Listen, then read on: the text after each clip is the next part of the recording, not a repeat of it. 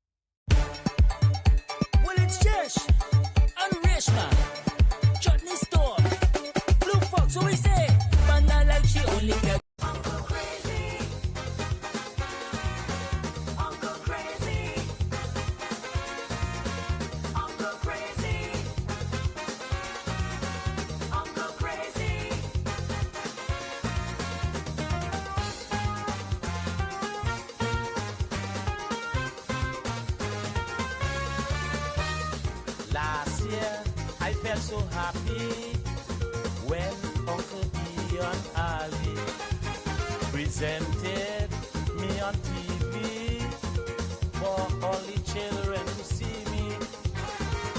A little girl watched at me joyfully, telling me, "You make me feel so happy, Uncle Crazy." Sing we a call it so, Uncle Crazy. I see you on we school show, Uncle Crazy. I see you in Toronto, Uncle Crazy. I see you in Mayaro, Uncle Crazy. Run a sweetie, let me ask you if you're crazy and true.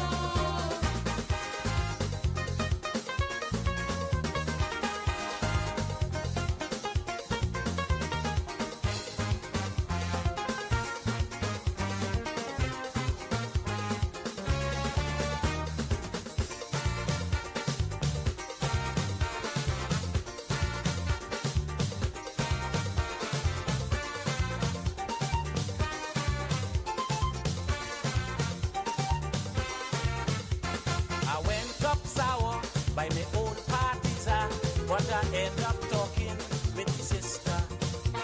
We started to chat about this and about that, but this girl, she was getting real horror. Honey, what kind of thing you trying on me? Don't try that. You see,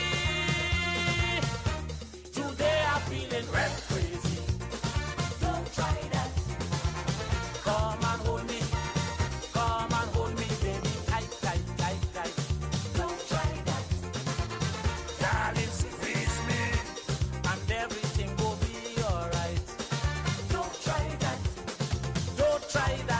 Welcome, Anthony. Welcome, Anthony. I'm just waiting for the guys to join.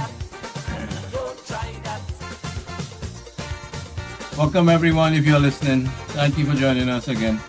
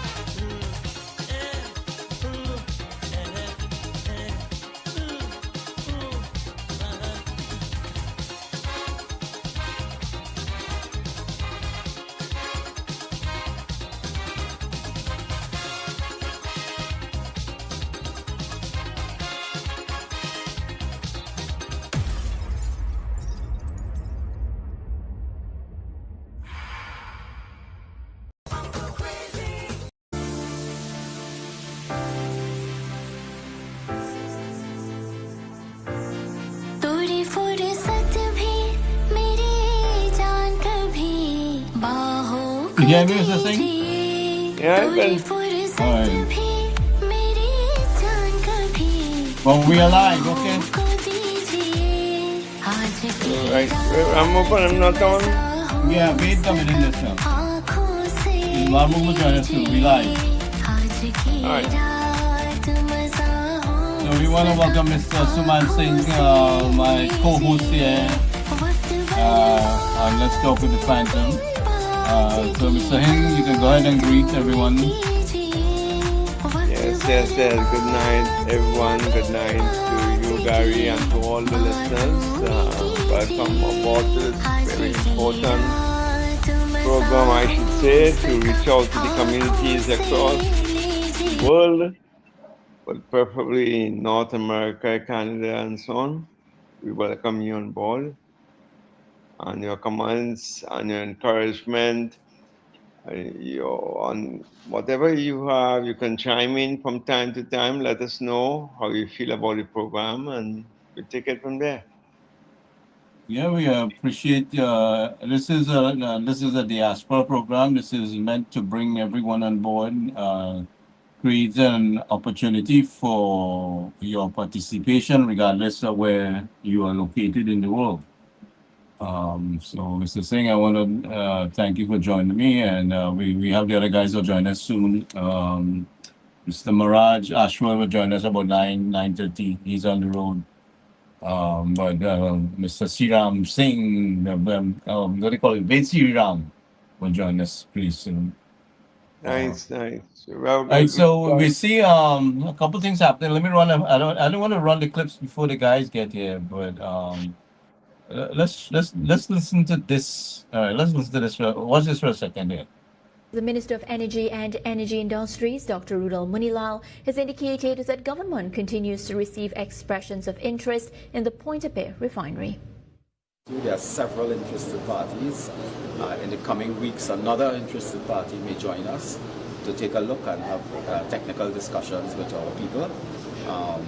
So there's no shortage of suitors for the refinery.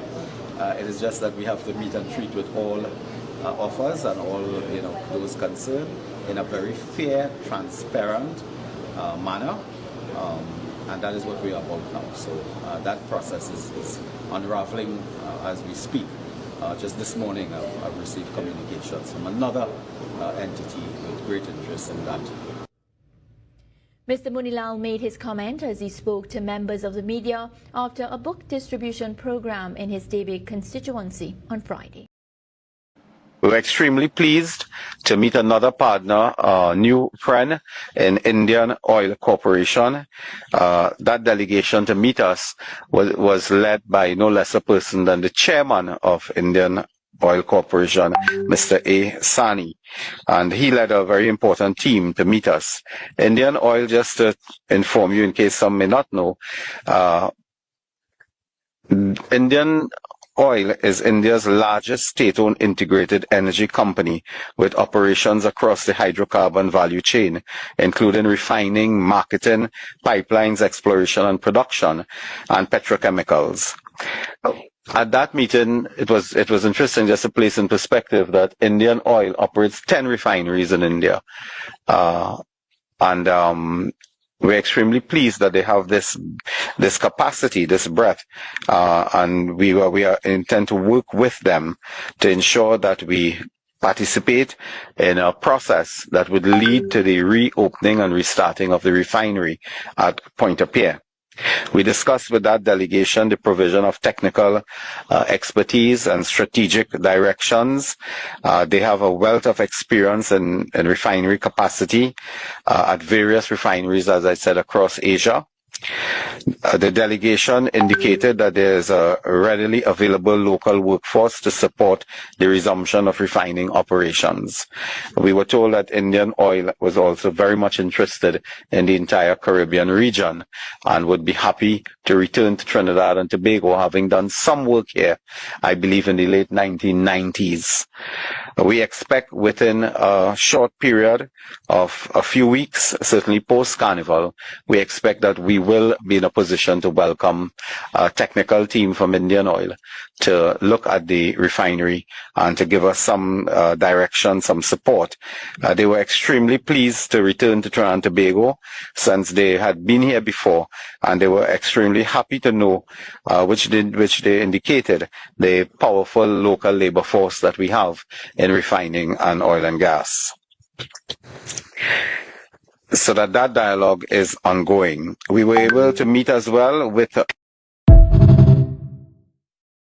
Well, listen to this is the one I've been saying all the time, Mr. Singh. I want everybody to listen to this one if they didn't hear it before. They crippled our downstream by the policies that were put in place by the former administration. Chairman of the National Gas Company, Gerald Ramdeen, said this situation forced the board of NGC to take the required steps. We have had to go and undo transactions that were done before to bring gas into this downstream. When they talk about plants closing, they are responsible for that because they never made any provision for gas to go into the downstream.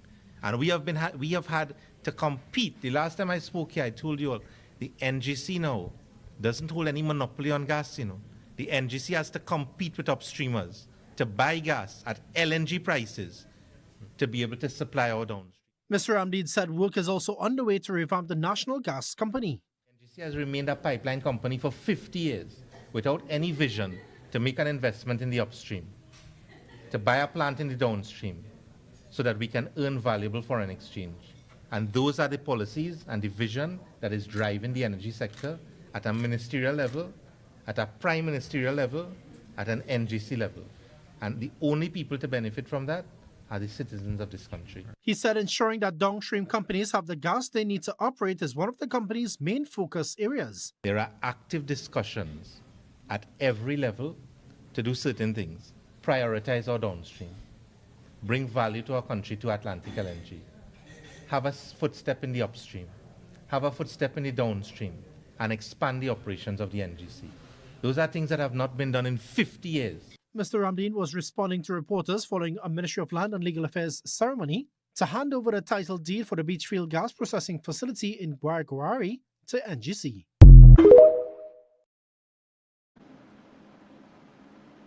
Mr. Singh, let's hear you.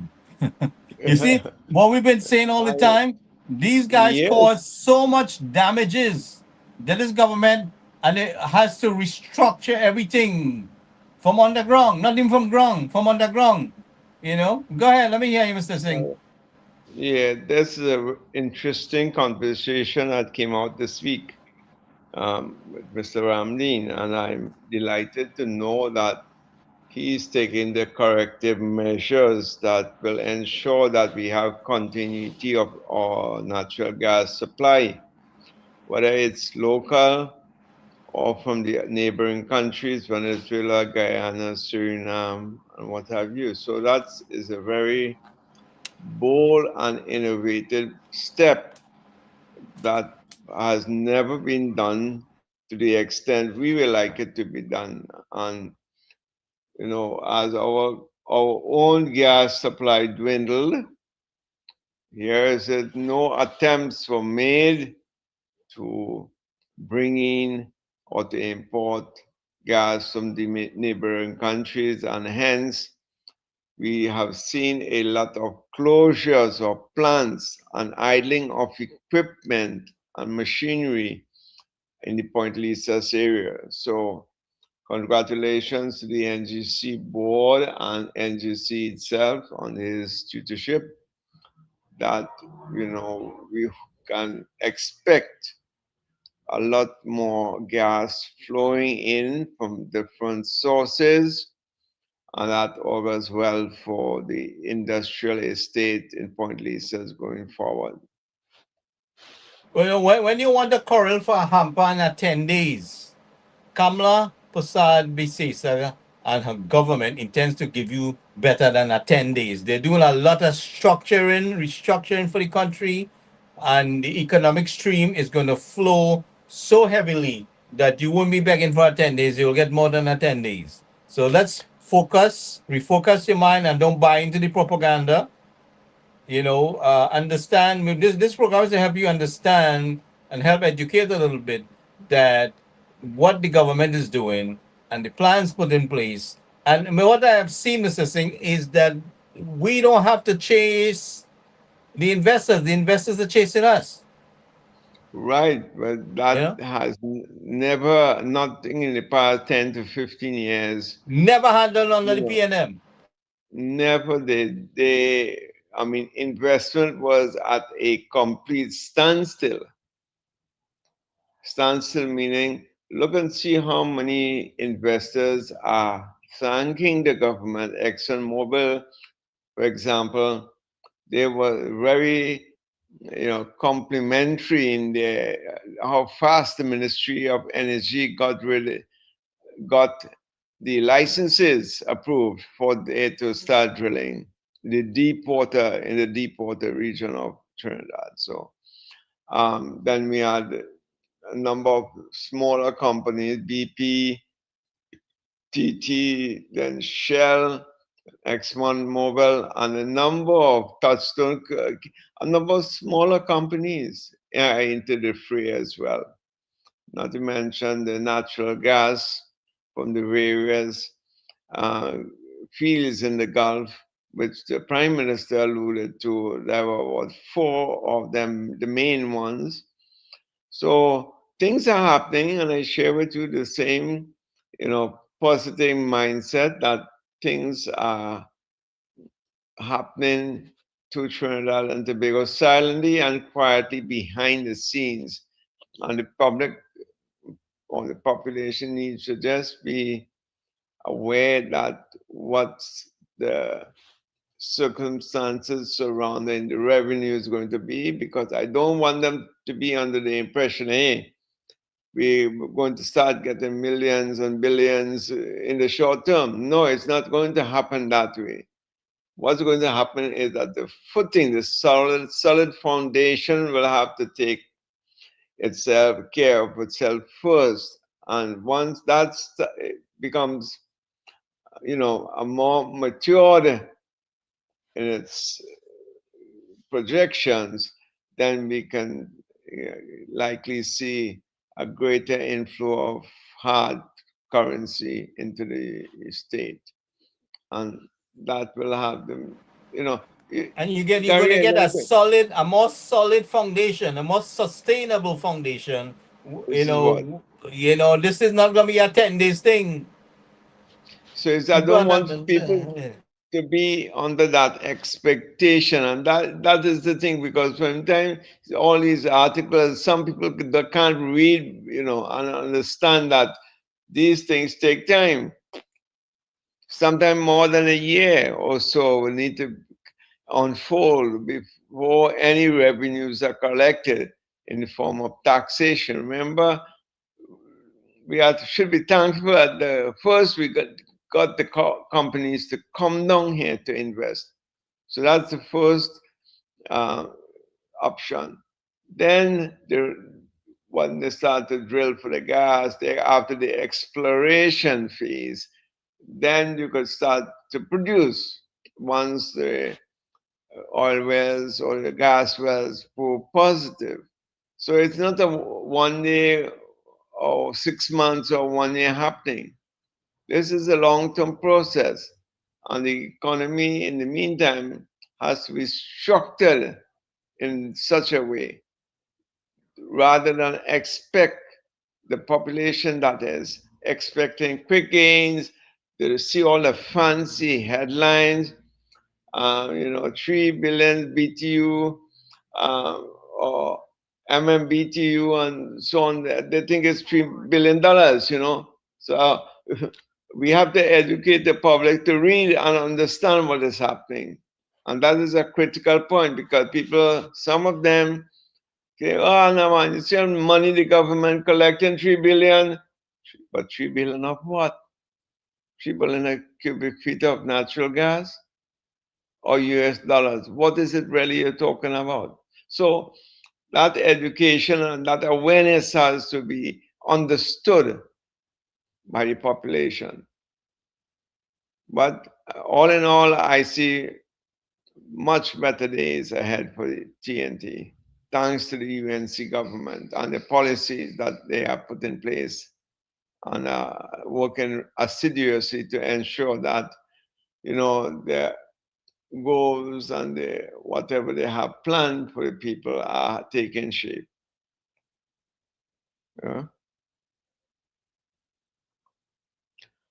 Yeah, go ahead, Mr. Singh. I'm trying to help you to get in. Okay.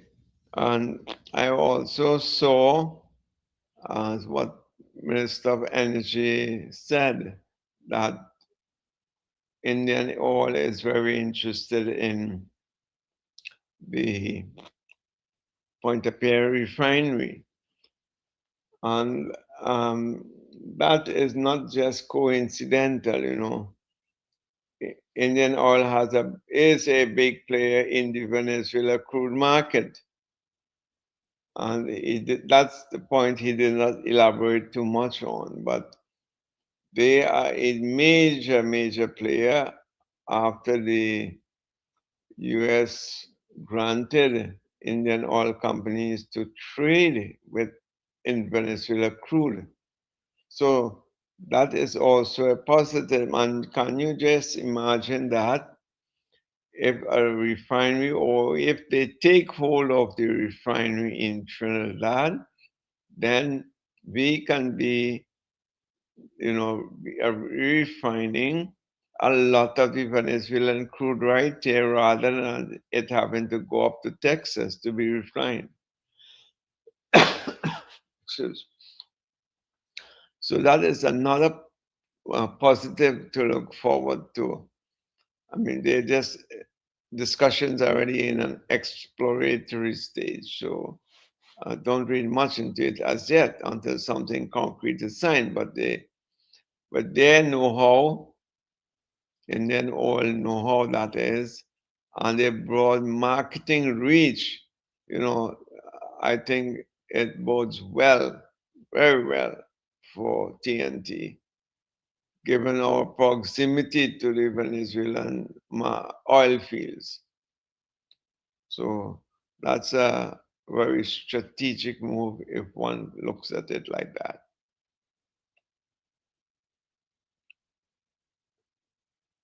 Any other headlines? Yeah, I'm also seeing the steel mill there. There's some progress with the steel mill with the U.S. interest in there. The what? I didn't get that. The steel plant, Oh Point yeah, Lisa yes, steel yes, plant. yes.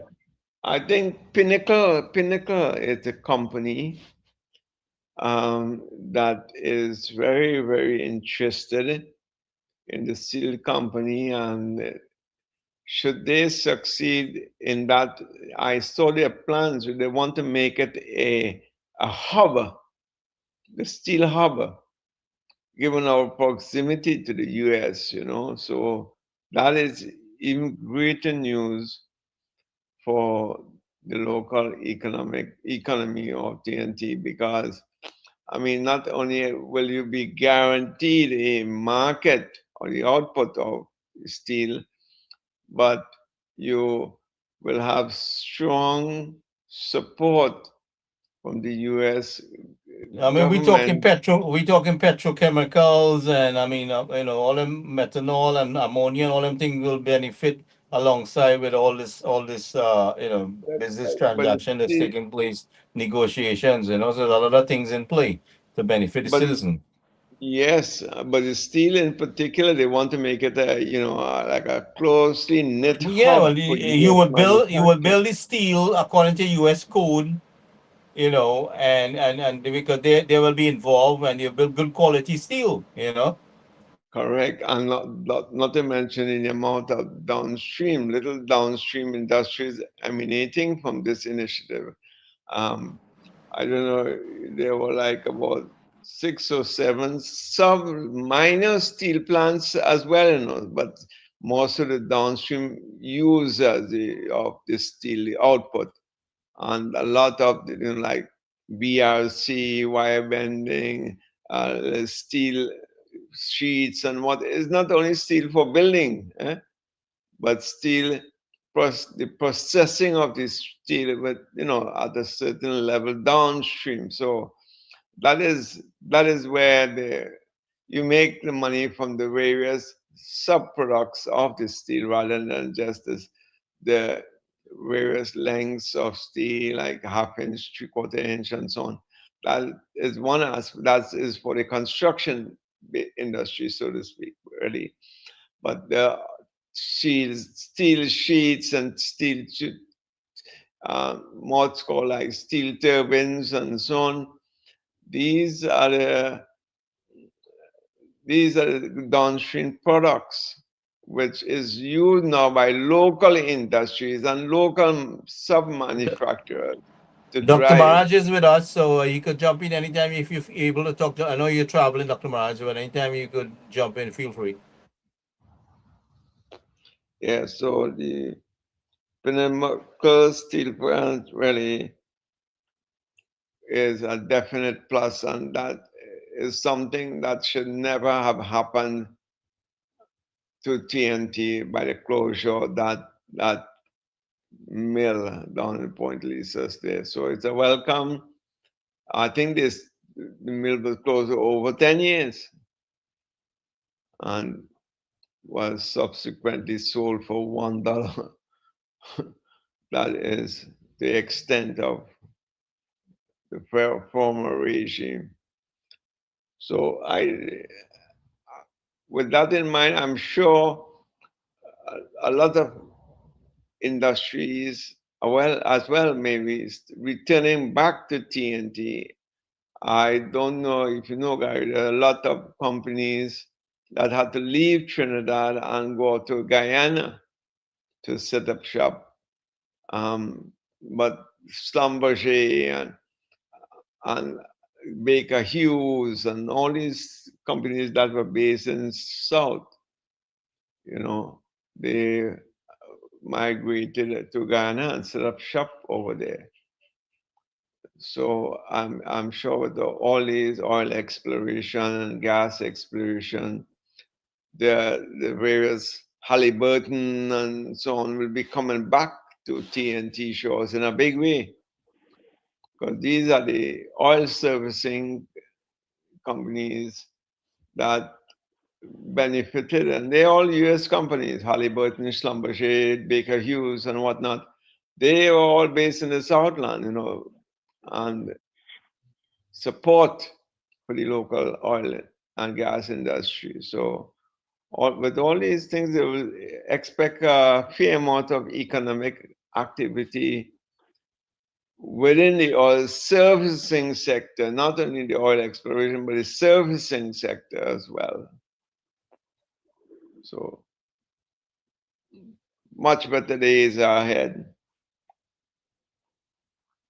So we have Dr. Margin, but he's on the road, so he's going to join us in a little while. He's traveling. He's on the road, he's driving, so he will join us a little later on. But he's logged in. Can you hear me? You can't hear me, right? Hello? Yeah, I'm hearing you good. If you want to say something, I feel free. don't know. Yeah, because I kind of dark where I am, but I'm just trying to follow what's going on a bit, and I'm surprised you can hear me. Focus on your driving. You could say a few things if you want, but focus No, on your I'm driving. packed up. I'm waiting for someone to come out. So I'm waiting right here. I'm in the middle of Jamaica, in Richmond, Jamaica. So I'll be reaching home about maybe latest 9:30. So yes, I think you are talking about the steel plant, which I don't know if Sumant mentioned there is an important compound that is found in Trinidad in the manufacture of vanadium, I think is the name. It's an up and coming new compound that will assist even in healthcare and batteries. And so I think the American investors are seeing some things that they really want to be there. And I only hope that our people must recognize that, and I think I'm writing about this though, they must recognize that when these American people come down, and they come to make profit. They profit and they don't interfere with the profit. They come to help out everything, but give them a chance to make the profit, and they don't want no trade union to interfere with. I mean, I understand you have laws and you have trade unions, but at the same time, they want to have a kind of free rein, quote unquote, to manage the enterprise, because there are competitors, even though this is a rare compound, there are competitors for rare earth material, and I think that Trinidad and Tobago is well. I think what Sumant was saying. I don't know if you went this far, but Trinidad. I think you were saying this really, that Trinidad is well poised, providing those detractors and they don't get too involved. And see, because it calls a new mindset, and the only way Trinidad could come out of this and go ahead and be even up to a first world country would be to change the mindset. Because if you look at some of the detractors, the things they are saying, they're in last century, they're not in this century. Even if you look at what the papers are writing and people in the editorial and so on, which I really like to look at, I didn't look at them today yet, but the editorial itself, they really, they're in yesterday's world. They don't understand what the hell they're talking things. Look, let me give you an example. I mean, I don't know if you all had to have a different take on this commissioner being absent from job. Hey, what kind of crap you ever hear? I mean, and you know what happened? We're not, the UNC people not talking out, like maybe here is where we do it. But the UNC people not talking out. I mean, the commissioner's biggest, they're going to go to private damn business. That's his damn business. Mind your damn business. Mind your, you always train that into run Makoshas. If somebody want to take a leave and go about their business, mind your damn business. You interfere with the people. You know, these people are no shame, and the papers have no standard, no class either. So my point I'm trying to make here, and I'll talk if I get a chance a little later tonight, again when I go to my computer. I would, if you're all still there, I would want to suggest that we have to, UNC have to do a better job. I'm talking about people like us, we UNC people. Have to do a better job in answering what is happening in and around you. You know, because we just cannot allow ourselves to be given only 5 years or 5 years. We know 5 days CPF workers. We come here for a long haul. We come for a permanent job. We didn't come here for a 5 years job. We come here for a permanent job. And all things must boil down back to that permanent job. That job, that next time. You're asking this government, they see this yet, they see that yet, they see the equality. What the hell? You give the people only one year. You expect to see everything, and you haven't made up. You know, if you listen to the people who criticizing the UNC government, they're making a case for this government to continue for another 5 and another 5 and another 5. If you listen to their kind of conversation, as everything, they're asking this government for so many things. It has to be done in 20 years. They're making a case for the UNC to stay longer. So hello? Yes. Hello? Yeah, we're listening to you, Doc. We're hearing you good. Oh, yeah, Go ahead. because I'm not sure now. You coming in better than in the house. They think they're attacking the UNC and they're getting ahead. If the UNC had to make this kind like the case I'm making, they're making a case for UNC to be there for at least 20 years. Because all these things they're asking them to do cannot be done in a month. It cannot be done in 5 years. It has to take much longer than that. So actually, they're making a case to re-elect the UNC government in the next 4 years. That is the case. They have been UNC to make a good case to be there for a long period of time. And you have to twist it this way. This is how you twist it, because this is strategy. This is above all the hard work and the American coming here. If there's no peace and tranquility, the American cannot invest. If the crime doesn't go down, the American, they might take a chance because nobody come inside the point. At least that's the whole of nobody in there. It's so heavily guarded. But the Americans will want to make it sure that they make the profit, they take the risk, they make the profit, and they want to go about their business. And if they can't get that done, like ArcelorMittal, they'll pack up the shop and they will shut down everything and move out again. And if the union, look, let me tell you something. The union have no say. So the Prime Minister is correct legally and politically and industrially. She is correct to tell them if you need a job, apply. And I don't know what they're waiting on. Apply back. If you're saying you have 40% of the people should do the job, if they apply back like everybody else. Because we have to have some peace and quality in the industrial front, or else all these things we're doing will go to naught. All these hard things.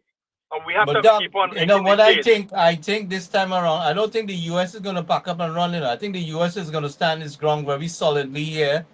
They're making an investment. They want these things to function so that the United States can benefit from it also, and the people in the region. I mean, the U.S. is seeking its interest. The U.S. is not going to back down easily. So they don't play stupid with the U.S. because the U.S. will show them. Because if they start picketing for some reason, I start picketing the new company that is being refurbished, you know, that is not that the company might run away, but the production, the investment that they're doing will be questionable, and therefore the profits that they're expecting may not be showing up. Because if they block a truck that is coming to move off things, that interferes with plants and production. So all between the Trinidad government and the United States, the opposition is like to march And they like to walk the streets, and they like to say this is we country, and therefore we want so on. We have to do it, and be ready to march and all of that. We as who PNM country, right? That's right. So we have to really. That's why I tell you they're making the case for UNC to be here for 20 years. Because all the things they're arguing, falling back on the spitting on the air and falling back on them. They're not making any sense. Because they're using pre to last century. They're in the 1980s, and we in 2030. So their argument is good for the papers, for those people who are old PNM who came out of the Eric Willem era. They're not in this new era, the Kamla 2.0, and all these nice boys who are in there, Roger Alexander 2030. These are the people for the future. All these young men, the other day I told you they are well equipped with nice, hard-working, forward-looking people. That the UNC have to take this and run with it. And the PNM is helping them to make a case because they're not making a case for themselves. They're helping make a case for the UNC. And the UNC must show them that the case they're making is in favor of the UNC. Because it's only UNC can get it done. But saying it doesn't really have to do it and prove it. Saying it is not enough. You might saying it only, but you have to prove it. Yeah, but look at the performance of the PNM, right? And all the evidence we have that we are making the progress here, and the PNM is the one that caused the whole thing to crash because of their way of conducting themselves, right? And their level of arrogance. Mm-hmm. Yeah. So I think you all were on the right track just now. I have part a little bit I heard just now. Matt was wrapping up. But again, think about these people who are criticizing the UNC and the commission. I didn't see anybody yet make a response like the way we are responding here to the commissioner. Mind your own goddamn business, man. But let the guy go where go where the hell you want to go and go mind the damn business. But it's an emergency situation. There's nothing saying why the hell you think we had 3 deputies. It's not 1 deputy you have 3. Why do you think they have 9 deputies? So when the commissioner is unable to perform his duty, the most senior DCP will pick up. That is the established law in the police service. Everybody know who's senior to who in that police service. Everybody know who's second, who's third, who's fourth, who's fifth. You go to a police station, the same thing. Everybody know who's senior. If the sergeant, they know the next senior person takes over. If the next senior person, the third person, if the person most senior rank will take over. And the senior in number, police regimental number, they all have the thing all work out. But yes, still they do like they come from, the people asking these questions, they came from Mars. And so many ex-police officers walking around. They can't explain this thing properly, that the police is always in command. If one person get killed, the second take over. The third get killed, the third will take over. Then they have the chain of command like that, and they know who gonna follow. It's not a mad scramble or anything. But they're so movelang. There's so much in the trinigram that they get there and they blambast and they well assisted by the media, them backward media. And that's what Doc, listen to this. People. We live in a technological age, right? Yeah. Where the police commissioner could be any part of the role and still conduct business. So what nonsense they're talking about? Oh crap, that's crap. But you see, they're not making that case. We're making the case, but Trinidad people not making that case. I don't know how many Trinidad people there living in Trinidad except for someone or anybody here who could agree with what we are saying. I mean, we are outside people, but we're also inside. We are both. I have my both feet, 1 foot in Trinidad, 1 foot and 1 foot here. I'll talk to you guys later, and when I go home, I'll call you. Good night. Yeah, I'm going to play back this video. Listen to this video. I'm going to play back this clip. Okay, quickly. They crippled our downstream by the policies that were put in place by the former administration. Chairman of the National Gas Company, Gerald Ramdeen, said this situation forced the board of NGC to take the required steps. We have had to go and undo transactions that were done before to bring gas into this downstream. When they talk about plants closing, they are responsible for that because they never made any provision for gas to go into the downstream. And we have had to compete. The last time I spoke here, I told you all, The NGC now doesn't hold any monopoly on gas, The NGC has to compete with upstreamers to buy gas at LNG prices to be able to supply our downstream. Mr. Ramdeed said work is also underway to revamp the National Gas Company. NGC has remained a pipeline company for 50 years without any vision to make an investment in the upstream, to buy a plant in the downstream, so that we can earn valuable foreign exchange. And those are the policies and the vision that is driving the energy sector at a ministerial level, at a prime ministerial level, at an NGC level.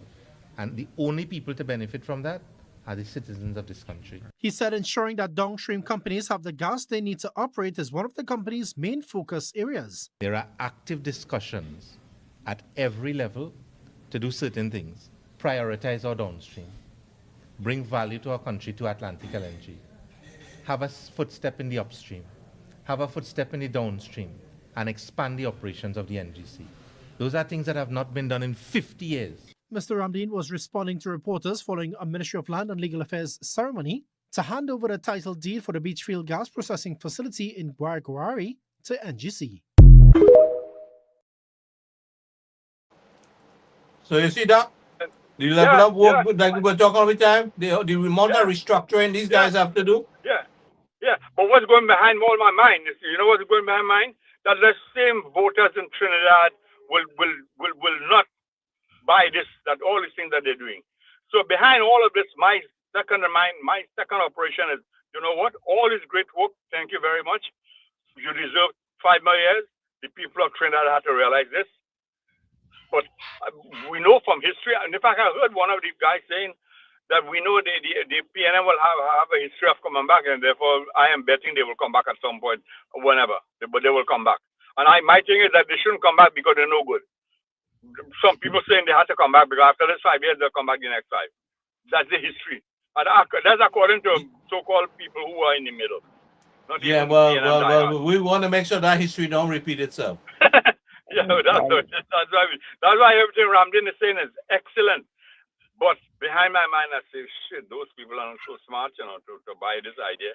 Yeah, we're good at producing and making money, but we're not good at winning politics. That is, we have to do both, and that's my point. I'll talk to you a little later. Bye. All right, Doc. Go ahead, Mr. Singh. Okay. Yes, Gary.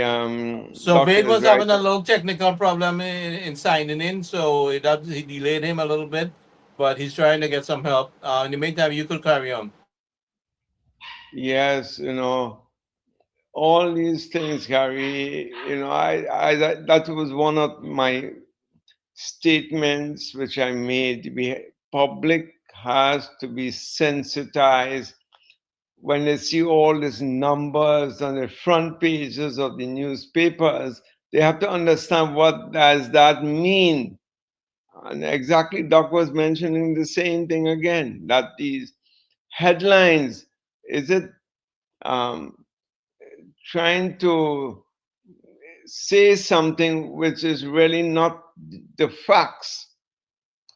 They're just trying to sensationalize Obviously, they were trying to twist things around because that is not in their interest. Their interest is about themselves. Give the people a few crumbs and they're about themselves. But this is the thing, and not only that, how do you interpret what is being said than what you're actually printing? And people, some of the population can easily be fooled from the time they see $3 billion. Sorry, not $3 billion, but 3 billion, they think is money. When it could very well be gas output, and these are the things a lot of people are just gullible about, so we have to make sure that the population understands when they see figures like this, numbers, what's called the quantitative aspect of these numbers and what they mean. Because they say, $3 billion, now we could get more money, man. The government should run the money now for us. Exactly. Look, Sally Ramlogan is saying they're going to make sure they don't return. Yes, Sally, we have to make sure they don't return. Definitely, we have to make sure they don't return. Yes. So they need to correct these things and be on it all the time so that the press will not get away with this nonsense they are Yeah, printing from you know, time to Sally, time. not after what we have seen in the last 10 years, never shall the PNM return.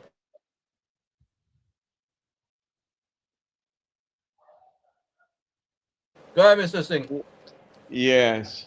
So that is one of the challenges that they will, they mean the UNC will have to face to explain to the population what these numbers are and when they should be expected and what we're planning to do and so on.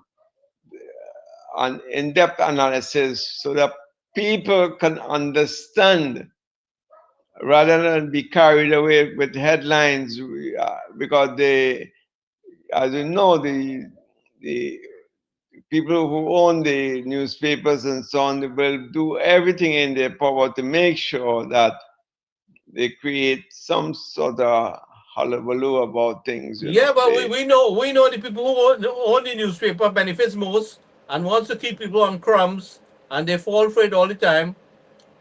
You and know. they feed the population false information, and certain segments of the population buy those things, you know.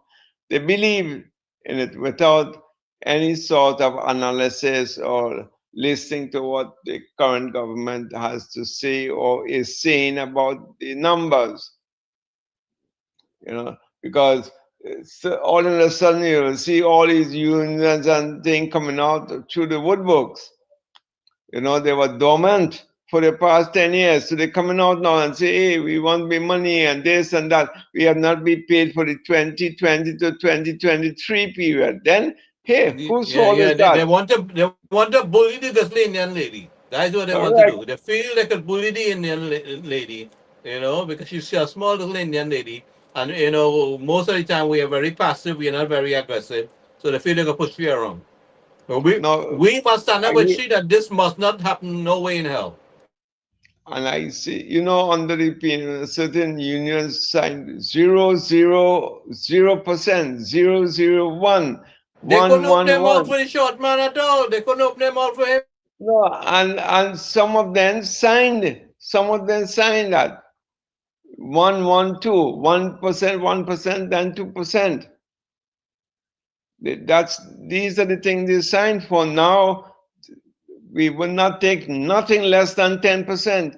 Check how the scenario has changed. All in a sudden,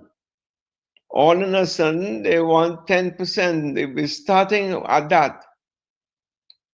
But when they, over the years, they were willing to take 0.02, you know, 112% over the 3-year period. I heard a union yesterday complaining that they have not been paid from 2020 to 2023.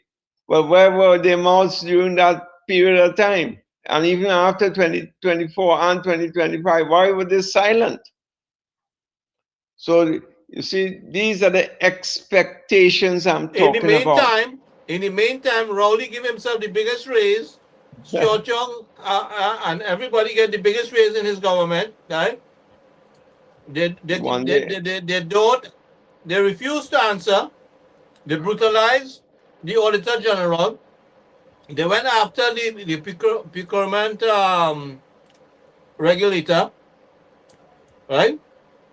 Yeah. Everybody had to keep their mouth shut. In the meantime, So, while them bully and battered everybody, but all of a sudden they get voice because the short little Indian lady there? Hell no.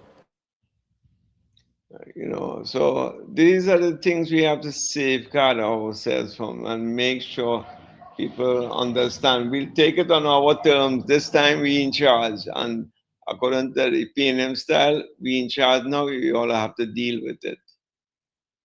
You know, so I think the UNC will do well to adopt that sort of approach now because they were all silent and dumb over these past 10 years. And all of a sudden, they want this, they want that, they want this retroactively.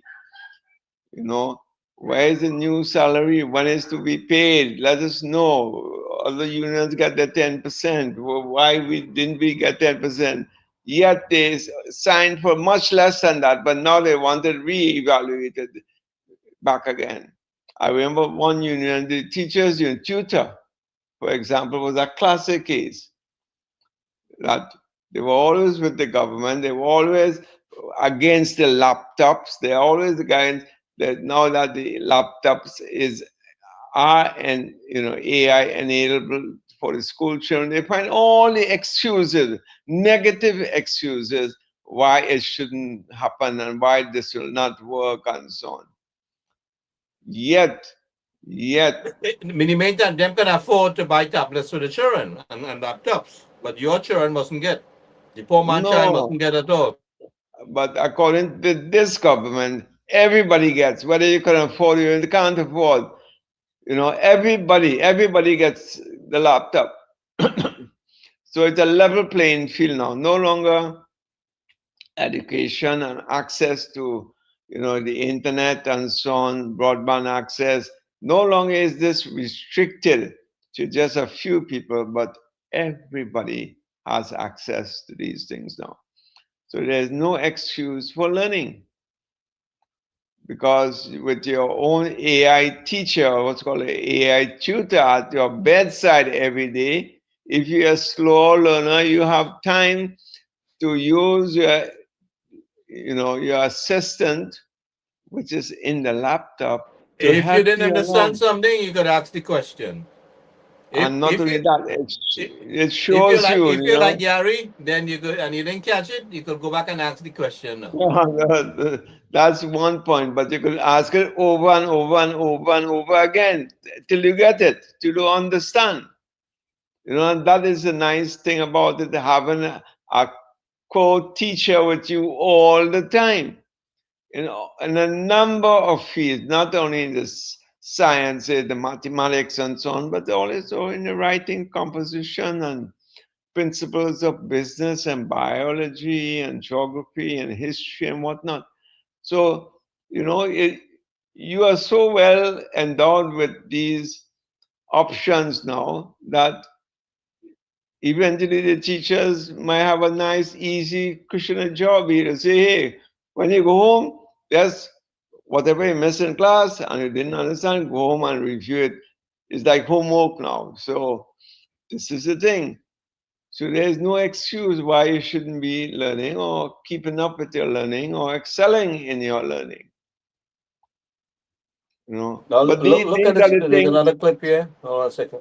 Following Cabinet's decision to remove county medical officers of health from the approval process, Minister of Planning, Economic Affairs and Development Dr. Kennedy Swarat Singh noted that government is addressing one of the key bottlenecks affecting the ease of doing business.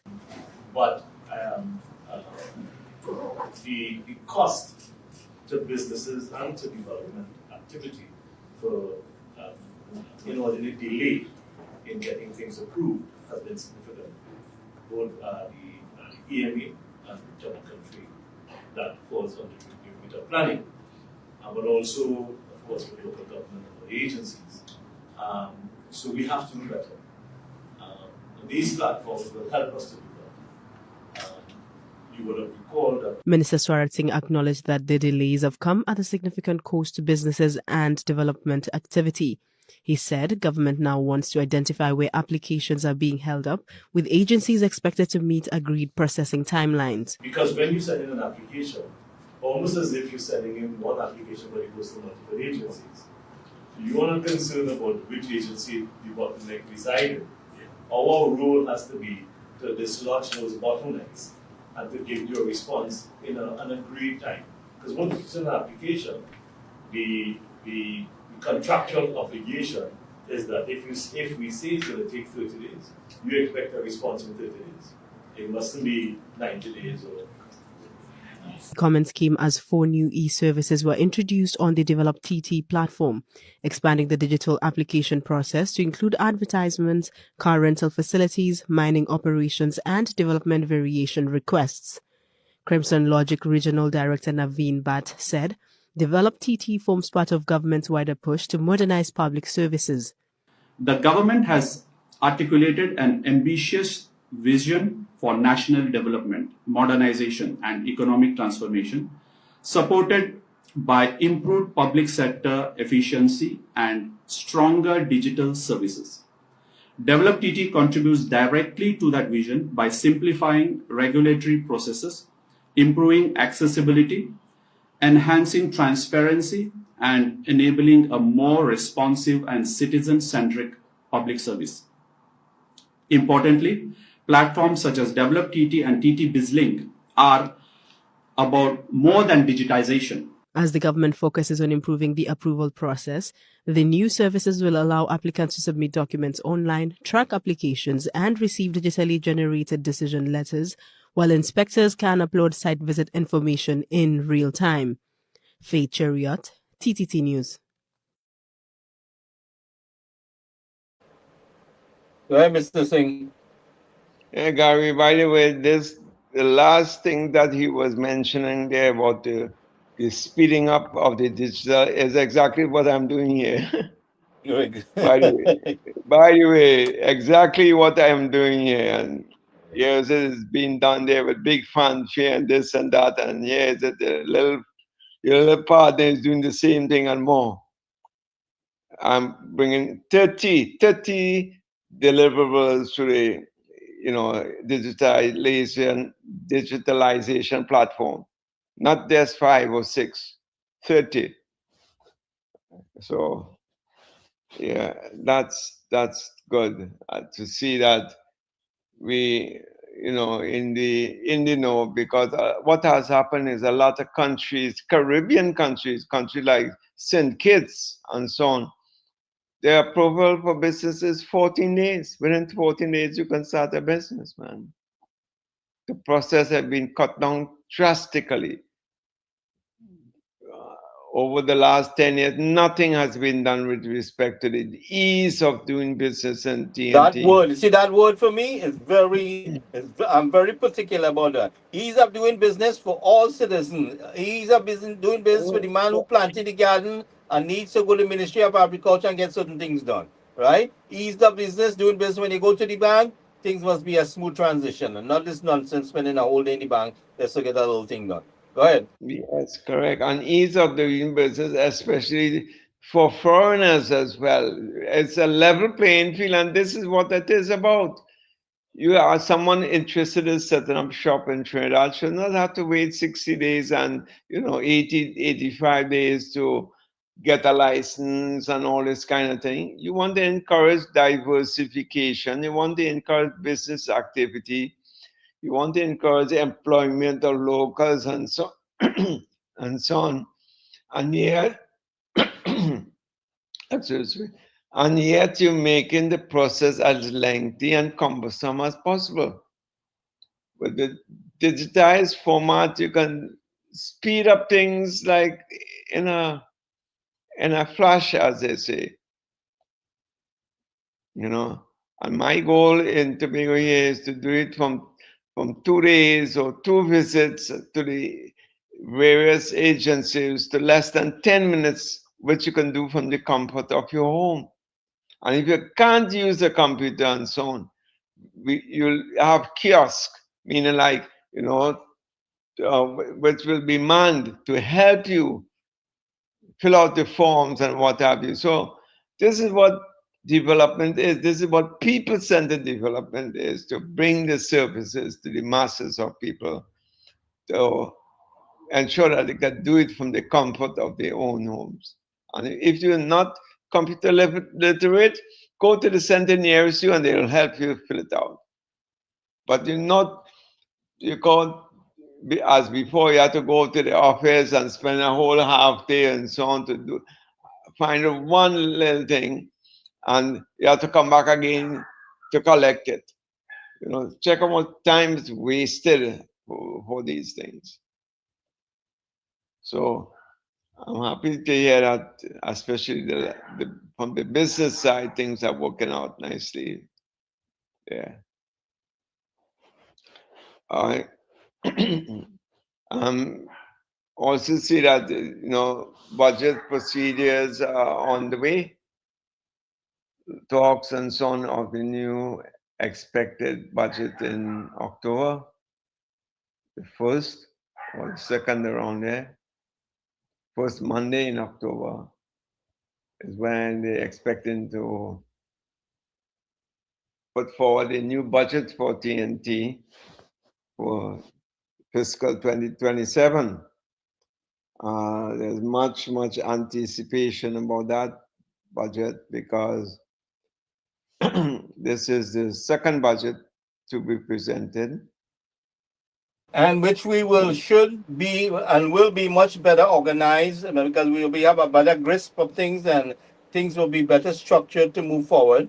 So, definitely going to see some good advancement. I mean, we've already seen progress with the government there. Yeah, and this is the second year of UNC in power, so I guess you're talking about some hardcore decisions. And Yeah, well, the first budget wasn't really our budget. We just had to kind of move along with what was there, but now this will be our budget, So, well, last year they had one too, but this one is a real one where we should see a lot more economic activities as a spin-off from the budget, going forward, because you would have had, 18 months in office right now, so you can, or you should have a good solid hang of what is to be done and start delivering on some of the promises made in the manifesto. So we look forward to hearing what this new budget and its proposals will bring for the development of TNT. We hearing a lot of activities happening in the energy sector, but that's only one. I think the Ministry of Trade and Investment and Tourism now is getting a lot more active in its role in trying to woo foreign investment into the, not the oil and gas sector, but natural investment, FDIs as it's called, to other sectors, to encouraging, other big players in the non-energy sectors to come in and fill the void. So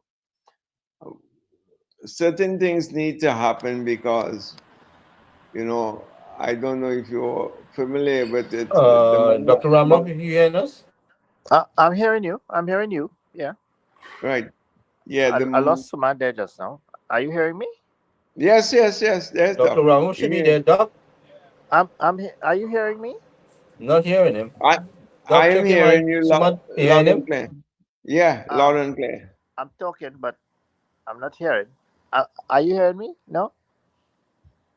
I am hearing you, Doc. Are you hearing me? Hello?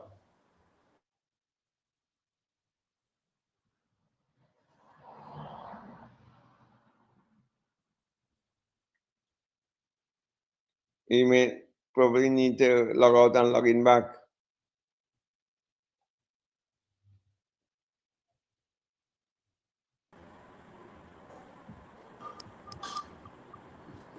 Hello? Yes. Are you hearing me, Doc? I'm hearing you. I'm hearing you now, Suman. Right. Gary, are you hearing? Yeah, I'm hearing. Go ahead, Doc. Right. So, hi, guys. Good evening. Nice to have you. Nice to have you, Doc. Yeah, I was just mentioning to Gary the new expectations of the next budget is when it's 18 months the UNC has been at the helm. So we expect some serious deliverables in this upcoming fiscal 2027 budget and some real tangible, and measurable improvements in the economy to take place. This is the 19th month or the 20th month in power. So for the next 2 years or so, 2.5 years or so, is where most of the activity should be happening.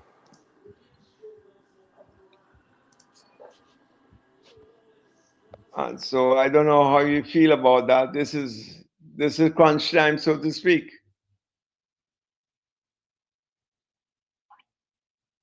Dr. Ramrock? Like he logged out again? Let's see. I'm not hearing him. Yeah, I Doc, check your mic. I don't know what's going on with your mic, but we're not hearing you. Let's see here.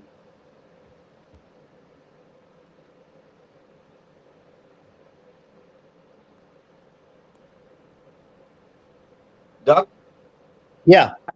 Okay, yeah, now we're hearing you good. Go ahead. Right. No, what happened is that a couple of times I joined and I'm not hearing.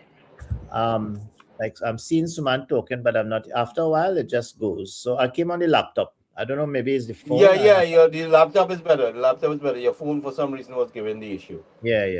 So it's yeah. So I just heard the last part of the conversation with the budget and whatever. You know, I was just we had a little ramen there, and then I had something out in the restaurant. So just came back in. So we was recapping, the progress the government making. There was a clip I played here with Ramdeen and then Dr. Munila. Let's listen to this clip again. Go ahead, Doc. Hold on a second. 1 second. Listen to this, and then we will. Our downstream by the policies that were put in place by the former administration. Chairman of the National Gas Company, Gerald Ramdeen, said this situation forced the board of NGC to take the required steps. We have had to go and undo transactions that were done before to bring gas into this downstream. When they talk about plants closing, they are responsible for that because they never made any provision for gas to go into the downstream. And we have had to compete. The last time I spoke here, I told you all, the NGC now doesn't hold any monopoly on gas, The NGC has to compete with upstreamers to buy gas at LNG prices to be able to supply our downstream. Mr. Ramdeen said work is also underway to revamp the National Gas Company. NGC has remained a pipeline company for 50 years without any vision to make an investment in the upstream, to buy a plant in the downstream so that we can earn valuable foreign exchange. And those are the policies and the vision that is driving the energy sector at a ministerial level, at a prime ministerial level, at an NGC level. And the only people to benefit from that are the citizens of this country. He said ensuring that downstream companies have the gas they need to operate is one of the company's main focus areas. There are active discussions at every level to do certain things. Prioritize our downstream. Bring value to our country, to Atlantic LNG. Have a footstep in the upstream. Have a footstep in the downstream. And expand the operations of the NGC.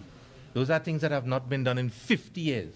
Mr. Ramdeen was responding to reporters following a Ministry of Land and Legal Affairs ceremony to hand over the title deed for the Beachfield gas processing facility in Guayguari to NGC.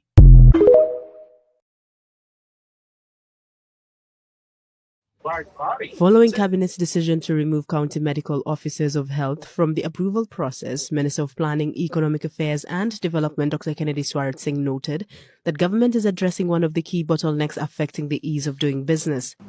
But the cost to businesses and to development activity for the delay in getting things approved has been significant. Both the EMA and Town Country that falls under the remit of planning, but also, of course, with local government and agencies. So we have to do better. These platforms will help us to do that. You would have recalled that Minister Swarat Singh acknowledged that the delays have come at a significant cost to businesses and development activity. He said government now wants to identify where applications are being held up, with agencies expected to meet agreed processing timelines. Because when you send in an application, almost as if you're sending in one application but it goes to multiple agencies, you are not concerned about which agency the bottleneck resides in. Our role has to be to dislodge those bottlenecks and to give you a response in an agreed time. Because once you send an application, the contractual obligation is that if we say it's going to take 30 days, you expect a response in 30 days. It mustn't be 90 days or... Comments came as 4 new e-services were introduced on the developed TT platform, expanding the digital application process to include advertisements, car rental facilities, mining operations, and development variation requests. Crimson Logic Regional Director Naveen Bhatt said, Developed TT forms part of government's wider push to modernize public services. The government has articulated an ambitious vision for national development, modernization, and economic transformation, supported by improved public sector efficiency and stronger digital services. Develop TT contributes directly to that vision by simplifying regulatory processes, improving accessibility, enhancing transparency, and enabling a more responsive and citizen-centric public service. Importantly, platforms such as Develop TT and TT BizLink are about more than digitization. As the government focuses on improving the approval process, the new services will allow applicants to submit documents online, track applications, and receive digitally generated decision letters, while inspectors can upload site visit information in real time. Faith Chariot, TTT News. So go ahead, Doc. Oops, Doc. Yeah. Hello. Go ahead. Yeah, let's hear you. Let's hear you on it now. You know. So I mean, the government is making some progress here, and what I like about is the ease of doing business. And what Mr. Ramdeen was talking about is exactly we talked many times on this program about the destruction the PNM caused on our economic structure by their handling of the business, how they handle things. You know, their policies and everything was so destructive to our country. You know, and you've seen an ease of doing business, which we all preached on this program here about the ease of doing business, 110,000 times here about the ease of doing business. So I appreciate that word and that effort from Mr. Suraj Singh there. You know, that this is what we want. That is what's necessary to generate revenue stream. So go ahead, Doc. Take it from there. Well, I think basically, I had, I mean, we in the document I sent today, I'm doing something for another organization right now, and some of the topics came out, and in terms of a consultation, a budget consultation, which is, I understand what's happening. I mean, they go into communities and they're asking for persons to, you know, make their recommendations, you know, share their viewpoints. And actually, if you look at some of the things I said today, it's what is what's happening here now in terms of energy, in terms of foreign exchange, in terms of you know, easing up the public service, right? In terms of streamlining the public service. I mean, if you read the document I sent today, if you read it thoroughly, you would see that what is happening with the Minister Swaraj Singh here is exactly what is mentioned in the document, and this is what's happening. So the document really says, well, okay, I don't know what is happening in the government. Only now we see it on the news that you are seeing certain mechanisms and processes are being streamlined. There's obviously with the ease of persons accessing information and documents and filling forms and all of those things, it is what was needed, what we had needed many years ago in this country. Sad to say, from what we are looking at here. I mean, politics is something. You'll always find that one party will come and say the other party never did anything. It's repeated. I mean, you're hearing the same story over and over, and you will hear it again.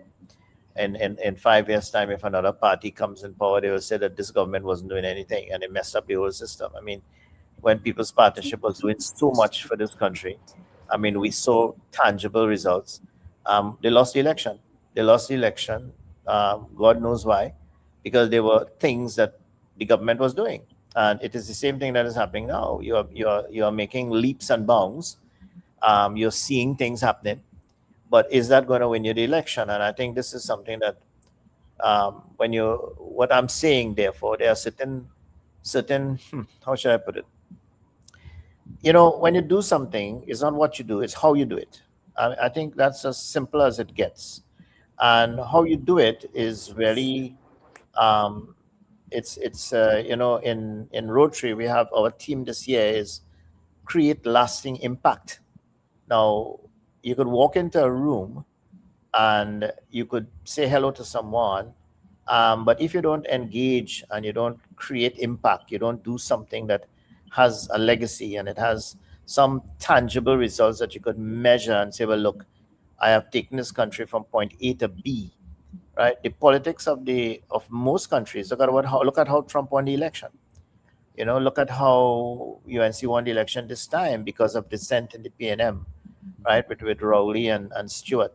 So the thing about it is that there are two things we have to look at, and this is what my document is sort of saying. My perspective is very simple, and we have been repeating this in the program. Everything, Gary, that is in my document, right? You saw it today in those two clips that you showed, right? The focus of government in trying to improve and streamline the public service, the state boards, the energy industries. We saw the public service in certain areas where, you know, online transactions and the ability to use IT and all of these things, all of that is going to help, right? And of course, if you tie it back to what I'm saying is that if you want to give people increases, right, you give people increases in institutions and ministries where you're seeing results, right, for what these people are doing. So, for example, if I'm going to raise the salaries of nurses, clearly, right, it means that the health sector is going to have to show that the nurses are coming to work, that when they come to work, there are certain things that are measurable that says, well, look, these guys are improving healthcare by reducing the waiting time in the clinic. So if it takes half an hour for you to come in and get a medication in the clinic or get an appointment to see a doctor for a cancer screen, right? And that's the standard international benchmark, half an hour, and it's taking 6 hours in Trinidad. With all the money that you're injecting in the budget for healthcare, and a person still waits 5 hours or 6 hours to see a doctor, or 3 months to get a biopsy report back from the hospital, it is, as a citizen, I'm not an economist, I'm not a politician, but as a citizen in the health sector, this is what I really want to see. And this is what a certain category of voters in the marginal seats are going to want to see, right, when the next election comes around, right? And we're entering, as I said, the second phase of government, which means that you're now beginning to deliver. And all I'm saying is that maybe they should focus more on trying to justify, well, I have done this, I have said in my manifesto that I'm going to do this, and don't go and say, well, yeah, well, look, I did this, and you know, try to streamline what you're doing so that at the end of 3 months, 6 months, 8 months, 9 months, you can actually say, well, look, I have completed this, or I'm not going to do this again because it's not feasible, right? And basically tie it in with everything else. So I'm very happy in what I'm seeing. I think that the budget is going to be a budget that, you know, is going to be putting us in a situation where we're going to, as a country, right, we're going to see hopefully some plans that will give some tangible results as we go forward. I'm seeing some of the things that the minister texted when I sent the document to him this morning. He texted me back and said, well, look, they have the technical people. A lot of the issues that I raised or I recommended or I spoke to in the document that I sent have been discussed. It has been on the table, and it is, they are satisfied with the decisions that were made, and there is a pathway for sustainability, and there is a pathway, right, with the foreign investor confidence is one of the, I guess, the indicators that he's saying that he's using. All right. I read the IMF report, which is basically a lot of the stuff that I put in my document is based on the IMF recommendations that was in June and earlier this year with respect to our country and where it's positioned. A lot of the metrics that I put in, right, is based on the metrics that you know that is supposed to be used in terms of percentage of GDP, right, in terms of some of the things that is using your GDP as the denominator. So it gives you an idea of the money that you're spending. And I did indicate that it's not so much about what you're spending, and it's not really that you're measuring, okay, I spent $10 billion on healthcare, and I opened 25 police posts. What you're not going to have to say is that, look, I reduced the amount of home invasions by 20%. I reduced domestic violence by 10%. And this is basically what when you invest money now in the country. All I'm asking now is that maybe you have to start to tie in that into some of the deliverables and begin to measure what you're doing. We spoke about this many months ago yeah. where we talked about, look, you're going to streamline the public service. You want to give these people an increase. You promise them that you're going to give them a raise. Good? Yes. But now you can say, okay, I am going to give you a raise if you're actually going to be, showing me that you're streamlining your part of the service. No duplications. Try to look at redundancies, try to look at wastage, look at how you're procuring items. In other words, then tighten up your ministry, tighten up your services. And of course, I'll give you, because your performance is going to be better. It's not only going to help the government, it's actually going to save, look, if I'm saving $20-50 million in a particular ministry because of redundancies, wastage, poor procurement, absenteeism, all of these things, overtime and all of this, and you actually cut those expenditures. And if you're going to be paying them a salary, you're actually going to be in a sense, balancing it in a way, because it means you're spending money on salaries, but you're also getting performance. And this is what you're actually saying. So this is what I'm saying.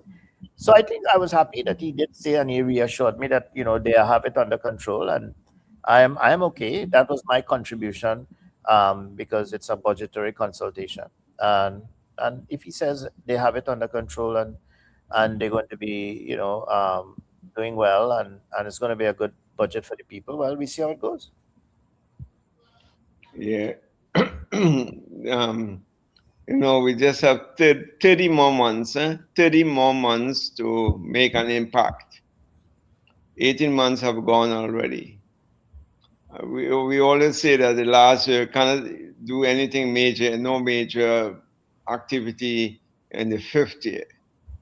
So I think this budget, they really have to get themselves cracking in a number of areas. And you talk about performance, Doc, it's all based on merit-based performance rather than, there's a lot of what's called performance appraisals have not been done. Sometimes they're 3 and 4 years lagging behind. And you expect these same people who have not performed in the past to perform now. This is why I am saying that, and I share your opinion that it has to be merit-based at the output end. Has things improved or not? If it has improved, then show me. So that I can measure and say, yes, things have improved. That is performance-based appraising. So I share that output, that performance from the output side, rather than tell me I have spent $9 billion in education this year, $8 billion last year. But what is the output? What are we getting for that? Is hospital waiting time, has it shortened? They've been able to procure medication and so on, that they don't have to wait half day to get, fill simple prescriptions and what have you. So that is the end result, or the KPIs as it's called. Yeah. So I am saying that, 30 more months, the government has already started working and getting things done and delivering to the people. And, at least communicate every quarter what have you been doing. Don't wait at the end of the year to communicate and say this and that and that. Because if after the 3 months of the year pass and you ain't spend money, you have to come and say why you have not spent it. And these sort of things. So at least level with the population. This is what is to be done for the year. And my plan is to do this in the 1st quarter, 2nd quarter, 3rd quarter, and like that.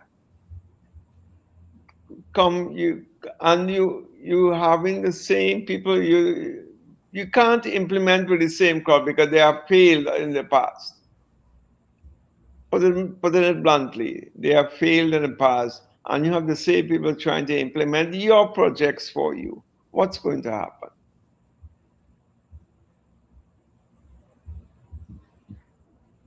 Dr. Maharaj, let me hear you on that.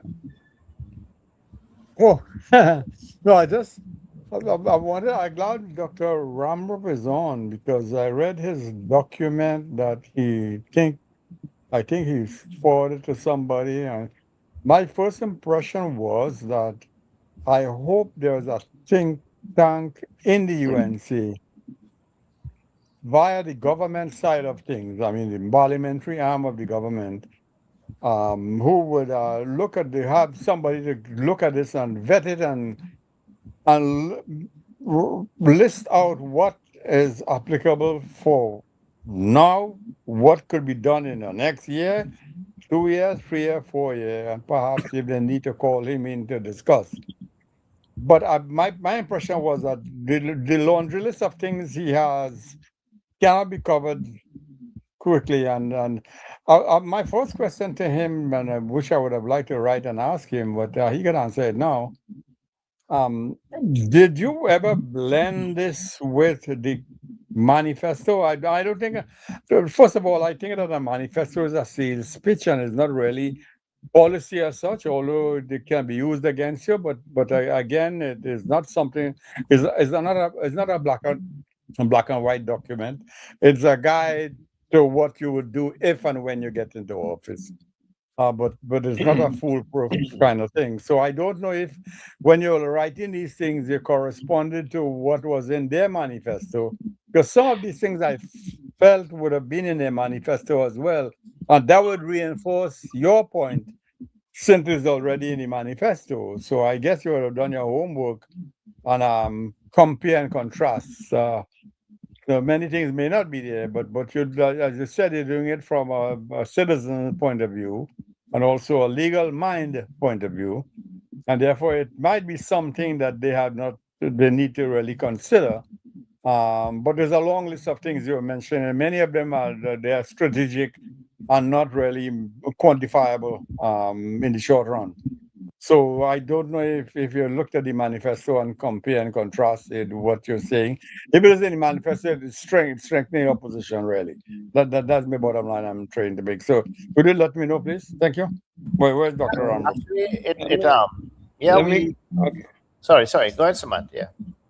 Doc, the plan of the UNC was to have manifestos for the various sectors of the economy. So health will have had their manifesto, works would have had their manifesto, public utilities would have their manifestos, and at the end, all the manifestos were combined into a manifesto, and that manifesto became government policy to drive the economy forward, meaning that became the blueprint.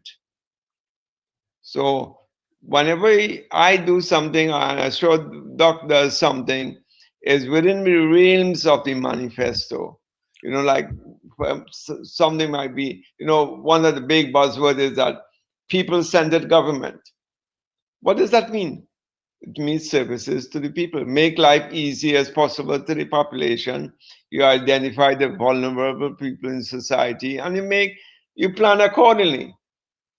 Yeah, Doc. I wanted to make that point. And that is well. I mean, of course, Dr. Maharaj, you would know, and this is what we're doing. I'm doing some work right now for a consultancy that is looking at some of the Caribbean islands and in terms of the whole resilience. You see, it's an international consultancy which has gotten a contract with one of the UNDP and United Nations organizations. So I'm an international consultant. So I'm working virtually to look at some of the documents that they're sending, and part of it is looking at countries like Trinidad and Tobago, which are actually more resilient than some of the other states when it comes to small island states. One of the things that I had to do was to look at the manifestos, look at the IMF report, because we're looking at climate change issues.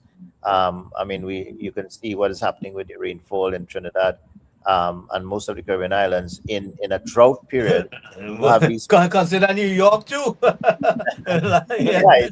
I mean, yesterday. Yeah, we were talking about, when I was in ODPM in 2011 to 2016, we were already saying that there is a drought in the Caribbean and it's going to be running for the next 25 years. So even then, we were talking about the drought. And therefore, it's not new news. It has already been there in our circles in disaster risk reduction and climate change discussions. So yes, Doc, I did look at the manifestos, and okay, so what it is really is we're saying, look, okay, remember there was a promise to give public servants a salary increase, right? And there has been movements towards that, but you're seeing some pullbacks, you're seeing some politics in the sense that okay, you don't have the money, you just do not have the money to do that, right? Right now, if you do that, the country is going to suffer, and we're going to have issues. And you see what's happening because once you do it with one group of persons, you're already seeing that other persons are coming up on the table and saying, "Look, I want money too." So it is going to be a cascading nightmare, right? If it happens, and if they don't get what they want, especially the persons who were with the government and who work with them, and who obviously looking for the benefits now, and they don't get it, right? It is going to damage the government, and they're going to lose points. I mean, that is going to happen, and if we're not careful, it's one of the problems. I mean, yes, we had them when we were working. We had them. We had them. We had the unions. We have the people. We brokered, we brokered a relationship, but these relationships are very they're not very sustainable. And if you look at the reality of your budget, so all we are saying is, look, we have had a year. We inherited, like Mr. Ramdeen is saying in NGC, we inherited a nightmare and these people, in the last 10 years, I mean, now that we're seeing what happened and what was happening, it's unbelievable. Some of the things that we are hearing, that from some of the guys that we have in there now.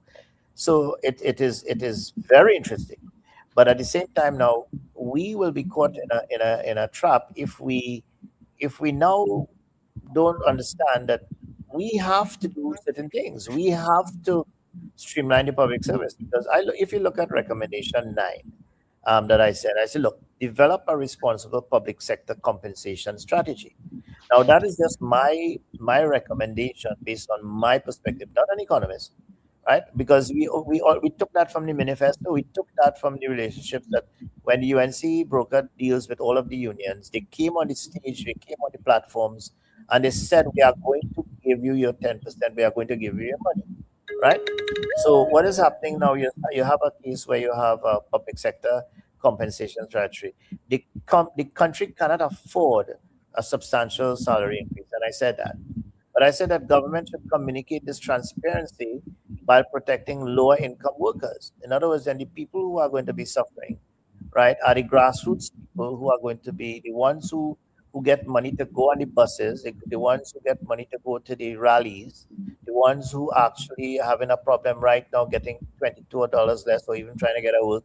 I have a restaurant right now, and there are people begging. I put out one advertisement, and I had over 50, 60 people come looking for jobs, and they're willing to take $20 an hour and work. And the whole thing about it is that there's a real problem on the ground right now. I mean, I took back the restaurant, but I'm actually seeing some of the sufferings on the people on the ground, and they're telling you it's a difference. Now, obviously, there's a cash flow issue where money was flowing from the CPEP and obviously we don't need to go through there.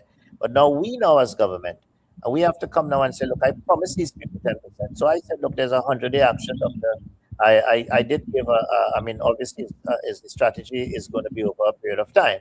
So I looked at 100-day actions where I said, look, if you are doing the budget, you ask for consultation, you ask for people to tell you what they think. And I'm saying, okay, you promise these people in the manifesto, and you promise these people in the public service that you're going to have to pay them. And I'm saying, well, look, develop a medium-term settlement schedule, right, for outstanding compensation obligations, but prioritize low-income employees where legally and administratively feasible. And then the 1 to 3 year action, right, you link future compensation reform with productivity. We just talked about digitization. We saw the little clip there with the minister. Workforce planning, performance, absenteeism, etc. So that's it. I mean, it's going to take some time, but it's just my perspective.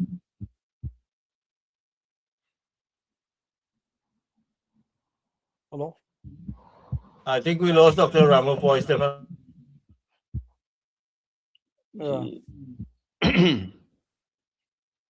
Yeah, no, so he's making the case again. We need time because Gary sent us some article about some guy who write a little 2 paragraphs something about talking about it when the UNC deliver this, then they're supposed to deliver equal all kind of promises they make, and they're supposed to deliver. And that's what I'm telling you. That they're making the case for the UNC to have a second 5 years. Because you want what they should do in 5 years, you want to see it in 1 year. Can't happen, so you have to wait. I know you're anxious to get back in government, but they can't come like they don't happen like that. You had to go through the motion for 5 years and go back and try to win the election next time around. This is 5 years, and we have to run this 5 years to get back another 5 and another third 5 and even a fourth 5 or many 5s. The only time I say we should change this government is when they have equality. Give the PNM equal number of years. And I talk about the voter will do that. This is not a planned economy. And the voters must give the UNC equal number of years, and then let's compare. And then that's a fair comparison. In the meantime, you give one 75 years and you give one 5 years, and you want to compare. There's no comparison. You can't compare. The PNM is way ahead. They're supposed to be way ahead. And they're not, but they're supposed to be way ahead because they have more years. So they have more things to show. You just get in for 5 years, and after 5 years, they pelt you out. What do we have to show? It's not equal. So if you want to talk about get delivery, give us the same number of years and we could talk. Then we can compare who better than who. Don't give me 5 years and give them 75 years and they want to compare. Yeah, we need 10. We need 10 or more. We need 10 or more. We need equal number of years. We need 55 years, man. We talk about 10. Look at my track record. We have to start at 10. I think that no comparison. If they want to garrison a little, you know who are these people writing this crap. But really, you can't. The UNC they warm the seat enough here. They just sat down and looking where they find out where the toilet is, where the urinal is, where they still find out all of these little things. The people are settling you. You're ready to change government. I understand. You want to get back in, sure. Yeah. But the people ain't going to do that yet, sir. You got to think about 5 years first and then a second 5 and a third 5. All you ain't coming back there. And you see all this crap they're talking about 100,000 PNM didn't come out to vote. No, data had no down 100,000 PNM didn't come out to vote. Many of them would have voted for the UNC, and many of the UNC didn't come out to vote. If you want to know who didn't come out to vote, look at the disgruntled UNC. Because as far as they're concerned, Kamala didn't stand a chance. So why go and waste my vote? So they run with one pack of story. They want to justify why it is that the UNC only win because the PNM didn't vote. The PNM had 28% of the vote. They have always been winning by 28% of the electorate. They never increase the size of their voting margin. From Dai Kingdom this is their story. They are always a minority position, less than 50. Very rare they get 50%. They're always under 50%. And the opposition split up and have the other 61, 60 thing.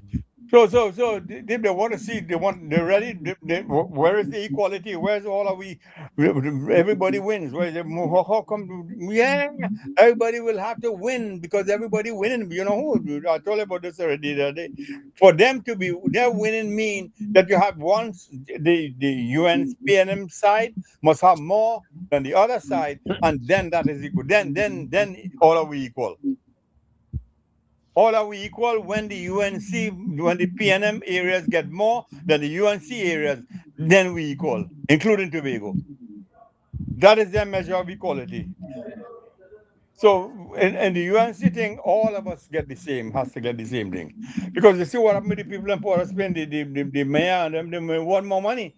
Because they are accustomed getting more money from the PNM because the PNM discriminates. They are not equal like how the UNC is treating everybody equally. Everybody wins. This is not a slogan. This is a reality. Everybody wins. When the opposition, the non-PNM people get back in, it happened under Pandey, it happened under the NAR, it happened under UNC. So let the people smoke, put this in the pipe, and let the Trinidad people put it in a pipe and smoke it. No, come, you ready for? I know you're anxious to get you're anxious to get back in because the freeness, the cheapness, and the freeness you're getting, and then the bread can run again. So you're offended by that. If everybody wins, you get less.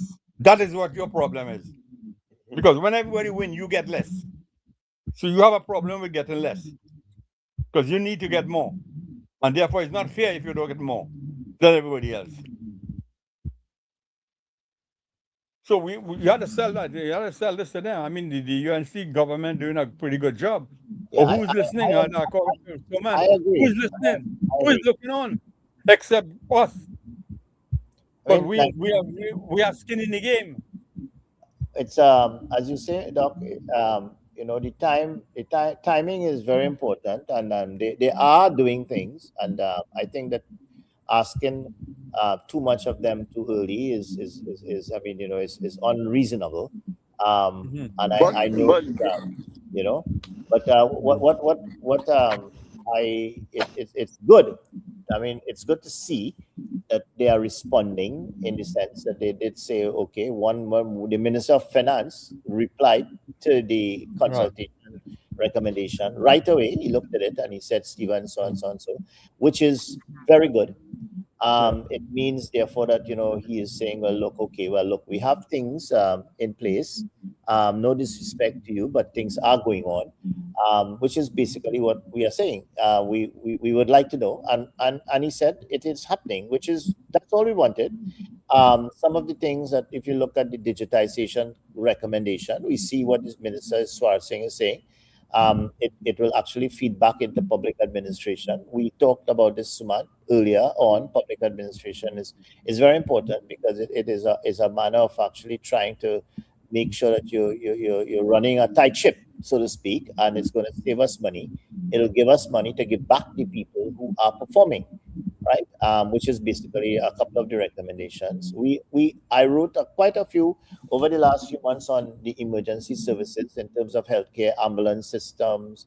We talked about the call center, which is actually one of the recommendations in terms of streamlining, making your constituents, you know, don't have to choose between the type of services that they want. Rather, you have an emergency, you call one number, and let the government agency send the appropriate emergency provider for you.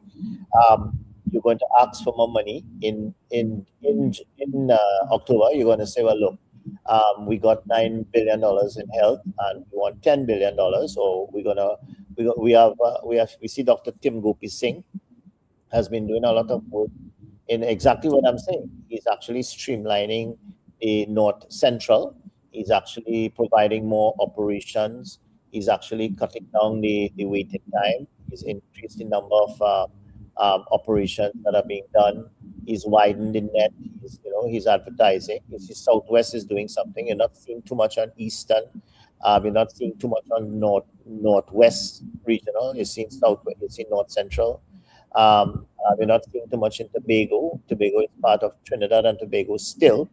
All right. So we saw some operations being done in Tobago. So you are seeing things, and I guess he is saying, and I am saying that okay, we're seeing all of these things, but we talked about saying, look, somebody's going to be asking a question in the next 100 days, the next 3 years, and they're going to be saying, well, okay, it took us from point A to point B. We need to know where point A is. That's what we've been talking about. You're going to ask for $9 billion, or you're going to run another deficit budget. Well, okay, that's fine. I mean, the thing is that we are getting performance. We are seeing better hospital care. We are seeing better ambulance response time. We are seeing less people dying on the roads because more people are being taken to hospitals.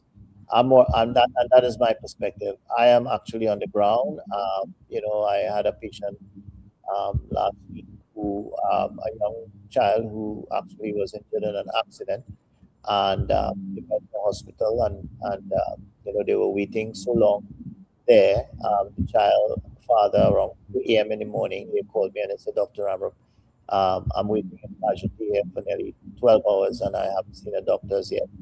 And I was able to secure an X-ray at one of the medical centers. And at 3 a.m. in the morning, my son and I, we put him to sedated him, and we fixed his hand.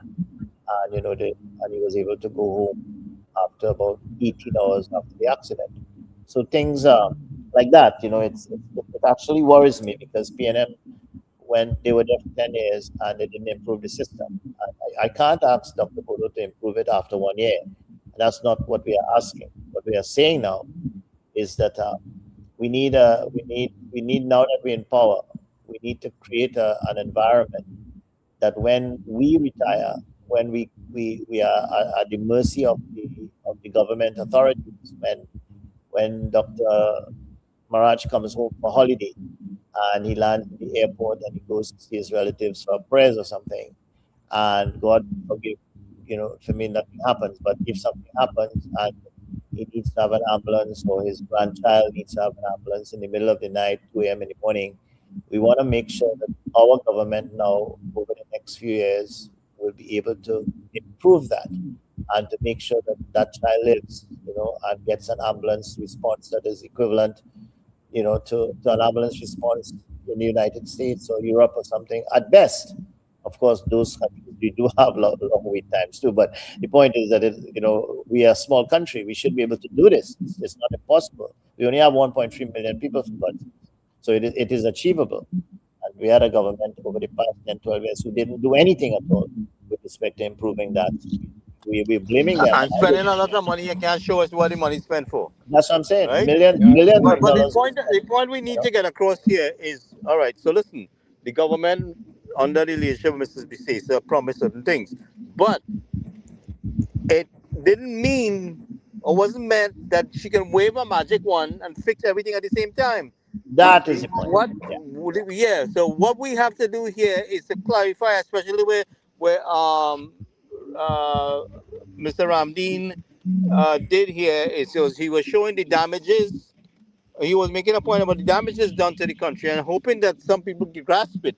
And we will have to, the thing about it, these things you have to keep singing it, because some people, the propaganda is so heavy that you have to keep counterattacking and singing it louder and louder all the time. All right, because the people have to understand the level of damages done to our economy and our conduct with dealing with business. It's like the second ease of doing business. How easy Exxon was talking about, how easy it was them to acquire certain things to get going. These are the things that the government have been putting in place.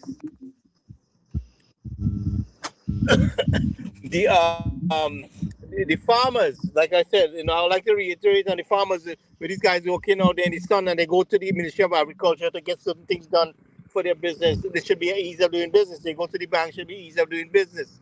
There has to be respect for citizens, and the customer service has to improve. These are the things that we getting involved in politics for. Otherwise, we don't want to be bothered with it.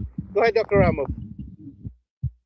No, well, I don't have much to add in the sense that it's what I'm saying in summary is that the whole focus, maybe not this year, but because we're still, what we should say, green, we still have people who now trying to get themselves sorted out, and we just don't have the money. God, we just don't have the money.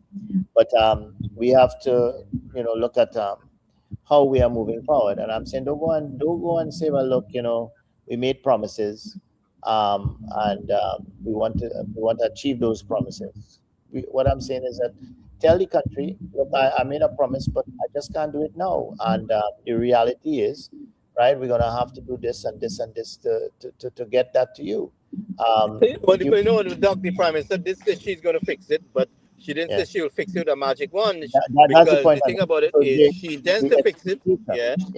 So the way that you do that, the way that you do that is the language the language that you project. And we keep talking it. Dr. Maharaj, you talked about this. Communication is one of the key elements that would need to be professionally done, and done according to proper teachings. I mean, there's schools on communication. There's universities that teach people how to communicate, especially political communication. So we have to be very careful about the language and communication, both formal and informal. And one of the most important indicators, or one of the most, what we should say, one of the most important tools that a government has in terms of communication, both formally and informally, is the budget presentation that they make every year. It's you know what I'm talking about. It's their statement. Is they're coming to the country to say, okay, look, right? We have a manifesto based on a number of manifestos. We are spending money on different ministries. Look at crime, for example. We just came and told you that we are putting all of these police posts, and there is a reason that we're doing that. It is going to cost. It's not going to come cheap, but there's a cost. So we are saying to you now as a government, okay, good. So you made a promise and you kept the promise. But what we need to do now is to focus on the priorities. You're going to say now, okay, I am putting these police posts, but I'm putting it in accordance with a type of planning, so that I'm going to measure with the police posts, I'm going to measure a number of things. I talked about youth engagement, domestic violence, the time that it takes to respond within a community, ambulance response time, disaster management within that community in terms of things like flooding, right? The ability to look at the vulnerable populations within that community, right? So there are a number of items that the police post brings to that, so that the money that you're spending to put into that, the promises that you made, you're going to see the rewards, and the rewards are going to be tangible and intangible based on all of these things. That's what my document says. So what I'm really telling you is that you're doing it. You have started to do it. You need time to do it, right? There's no money to do it, but be careful, because don't go now and when you say I'm going to give X amount of dollars to this person, and I'm going to give $100,000 to this one, and $1,000 to all the police officers, etc., and $1,000 to all the baby people who are breastfeeding and all. We have to be careful with that type of budgeting, and we have to be very careful, because we want to make sure that we put money into resilience rather than dependence, right? So these are the messages, right? That when we do a budget now going forward in this day and age, we're going to have to project those ideas. So actually, I'm saying what they're doing. I'm saying what they're doing, and I'm very happy that the minister did indicate to me, look, they're doing all of these things, right? Which is, I'm very happy. Basically, this morning when I sent it, right, this was my perspective based on some work that I'm doing right now, right? In terms of all of this, in terms of resilience. And this part of our resiliency in this country is based on our financial situation, our economic situation. The main pillars that I mentioned are the pillars that the government came forward and after they win the election, and they said, this is what we're going to improve. We're going to improve the economy. We're going to try to sort out your foreign exchange issues. We're going to improve the healthcare of the nation in many ways. We are going to reduce the crime situation in the country. I mean, remember, they said all of that, right? And we are going to digitize. We're going to bring things in accordance with using IT and whatever. We're going to streamline the public service.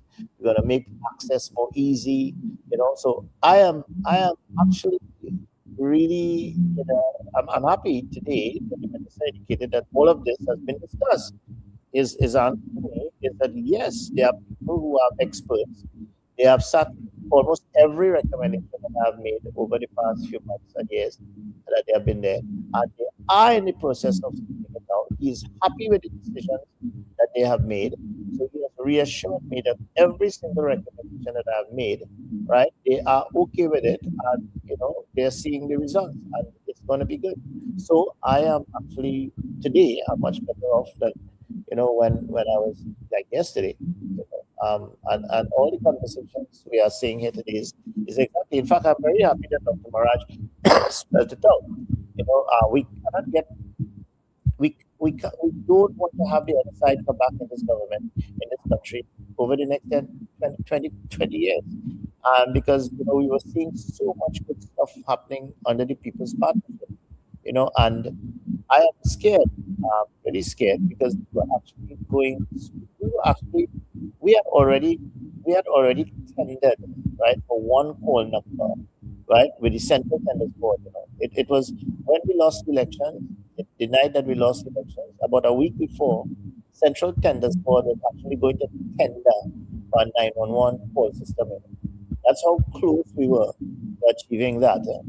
You know what I mean? And amazingly, just 1 week after, all of that was pulled out. All of that just was lost. And I mean, having one call number is such an important thing. For me, I'm a doctor.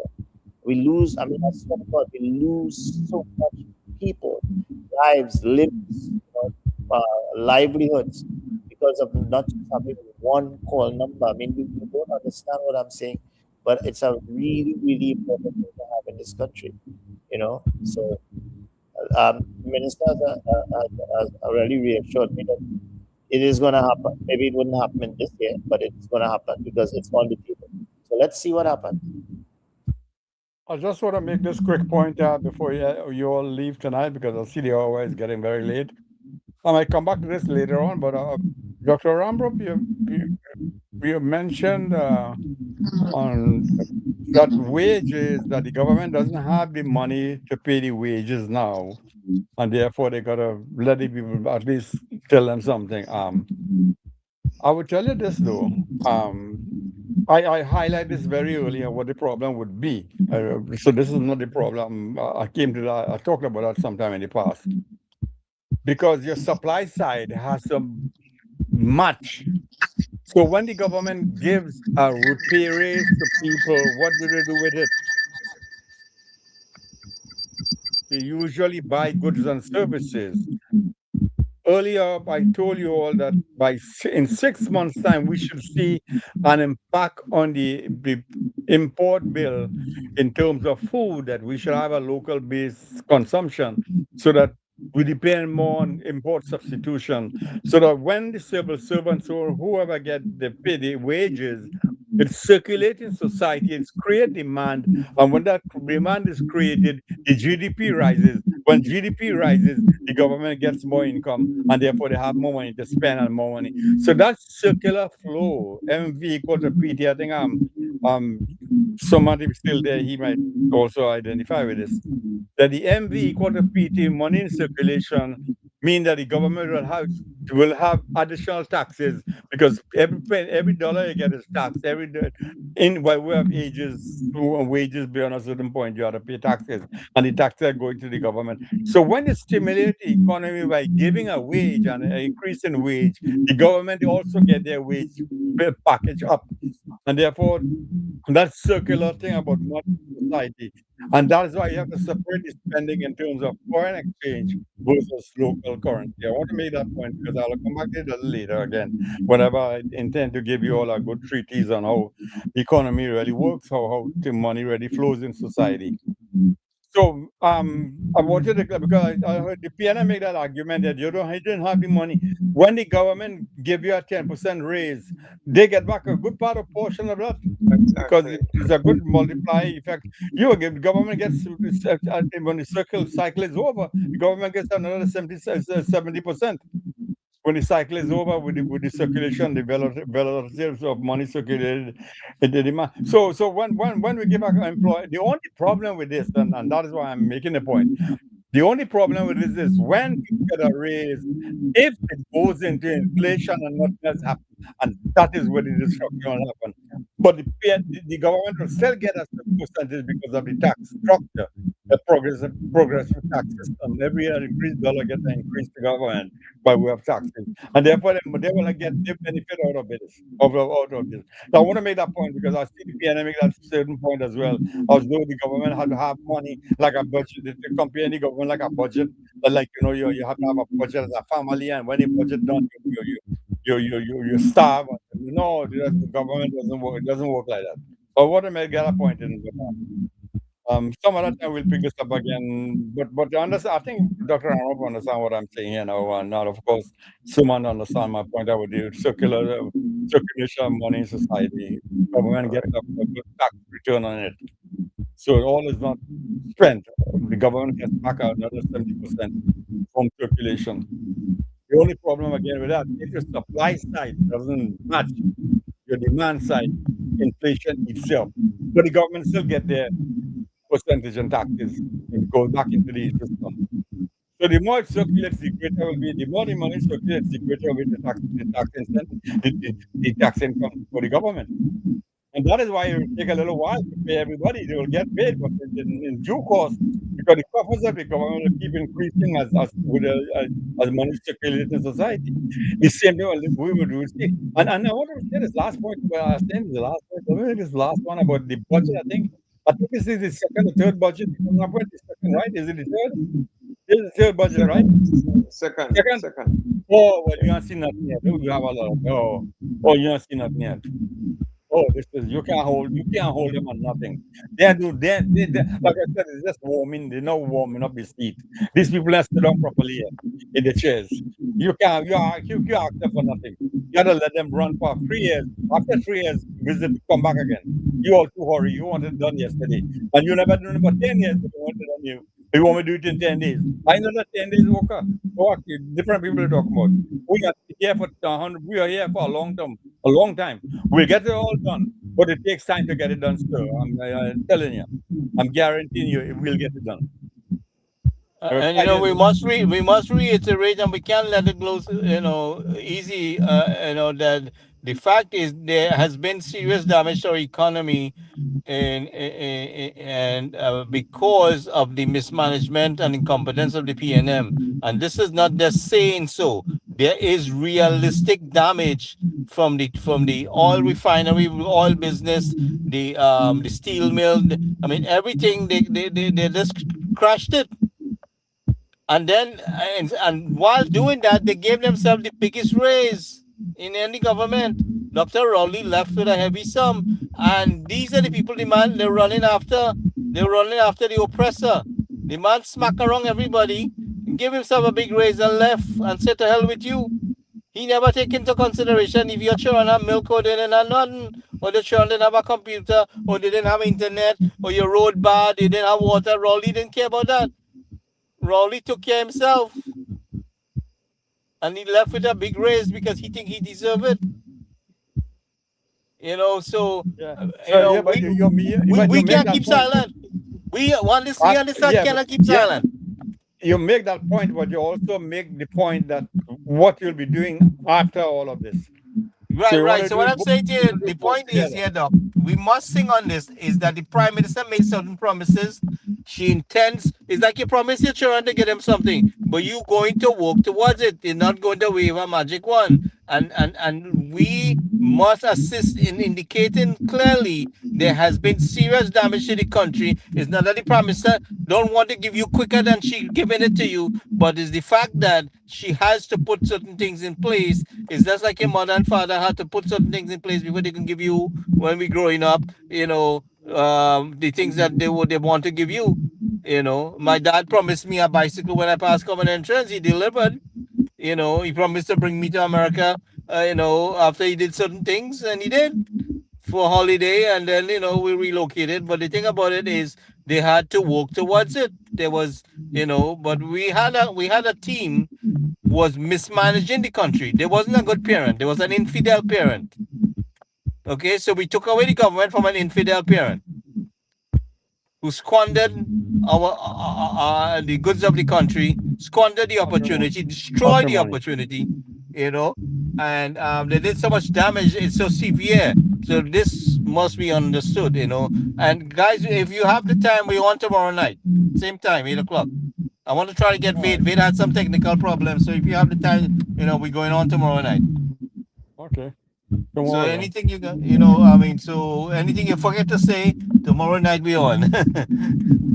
You know, but you know, wrap up if you want to, you know, anything else you want to add. I mean, and you know, Dr. Maraj, prepare yourself for tomorrow night because we ain't gonna be No, I think coming. we want to talk about the only second budget. I thought it was the third, but we are still not yet. We really have to. These people really had no conscience. And in fact, it shows the level of financial illiteracy. When you're asking this government to do in 12 months, what will take 12 years?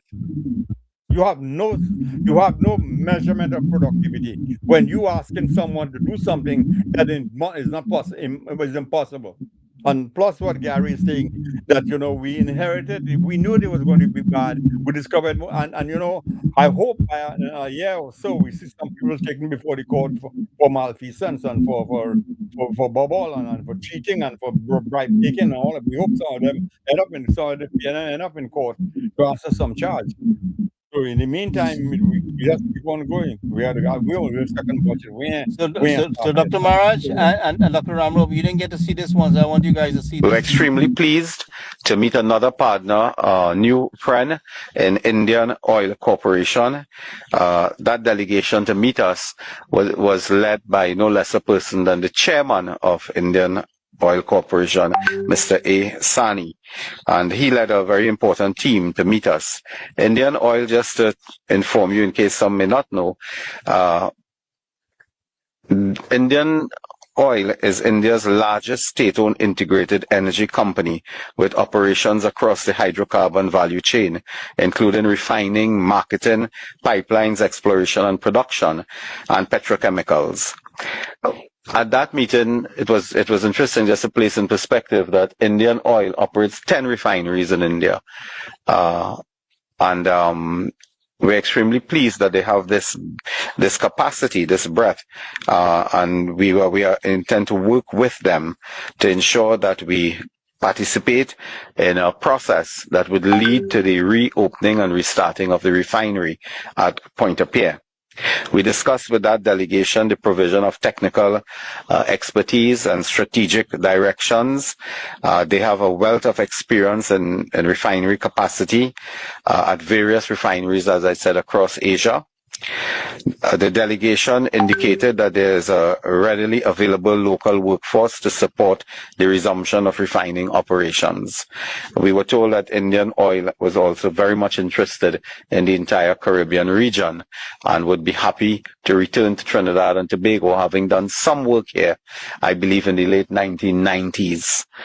We expect within a short period of a few weeks, certainly post-Carnival, we expect that we will be in a position to welcome a technical team from Indian Oil to look at the refinery and to give us some direction, some support. They were extremely pleased to return to Trinidad and Tobago since they had been here before, and they were extremely happy to know, which they indicated, the powerful local labor force that we have in refining and oil and gas. So that dialogue is ongoing. We were able to meet as well with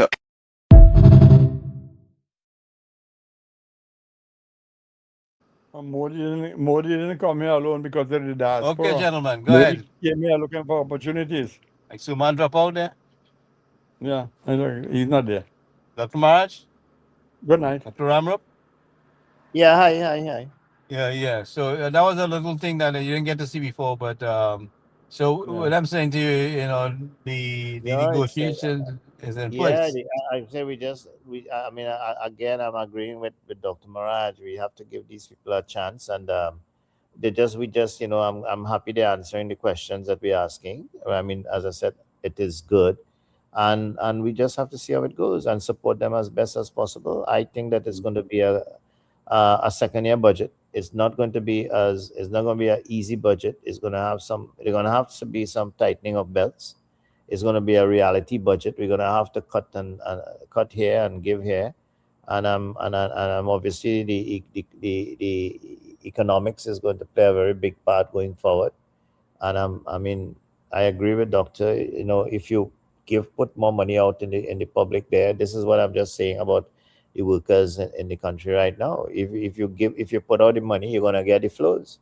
And if you get the flows, things are gonna pick up. And if things pick up, it means that it'll be better for all of us. So I mean, as I said, I'm happy and I'm actually feeling a little better, now. And I look at your clips there. I look at the clips on the thing. I see the Minister of Energy, with the oil refinery possibly going to be, at least starting. I was hoping that he would have a lot more discussions with Suriname and Guyana, and that we have a regional point-of-care refinery, because if these are the people who, I mean, this country helped Guyana a lot when they were down. I mean, now is the time that Guyana is in a stage where they must be looking for a refinery. They have all that oil, they're sending it away. The point is that, we are right here, and we have, in fact, right now in Guyana, a lot of the workers in their industry is from Trinidad, and this is something that I know a lot of persons who was working in the refinery, who was working in the downstream industries, providing valves and all of these things. They're in Guyana now. So it's almost like a lot of Trinidadian people who are in the oil industry are currently in Guyana. So I'm hoping that the regional sustainability and our regional partners, they could come together with India coming down there. I'm hoping that they could make this refinery back again and get some foreign exchange in the system. So I'm hopeful and I'm pleasantly happy. So I would like to support the guys and wish them best going forward. It's going to take some time. And as it comes closer to the next elections, well, I'm hoping they will just ramp up the performance and the measurements, all this thing we're talking about. But as I said, right now, it's just to get things going and take your time. And as you say, Gary, if you can't do it, you can't do it. We didn't say we're going to do it right away. And the boss is doing it slowly but surely. Promises are being kept slowly but surely. Yeah. But you know what I'm saying? The point I want to make here is that she intends to do it, and we're not going to let anybody get away to say that she fooled them, but that was her intention. She said she's going to do it. She didn't say how soon she's going to do it, because she had to look at what she's dealing with there in order to give to the Prime Minister has all intentions. If there's one thing I know for a fact, she has all the intentions of delivering. It's just that she has to put certain things in place, which she's doing. And I mean, this must be pretty much clarified that, that her intention, she didn't fool nobody. She didn't mislead anybody for power, like some people will like to think. And she intends to do it. She will do it.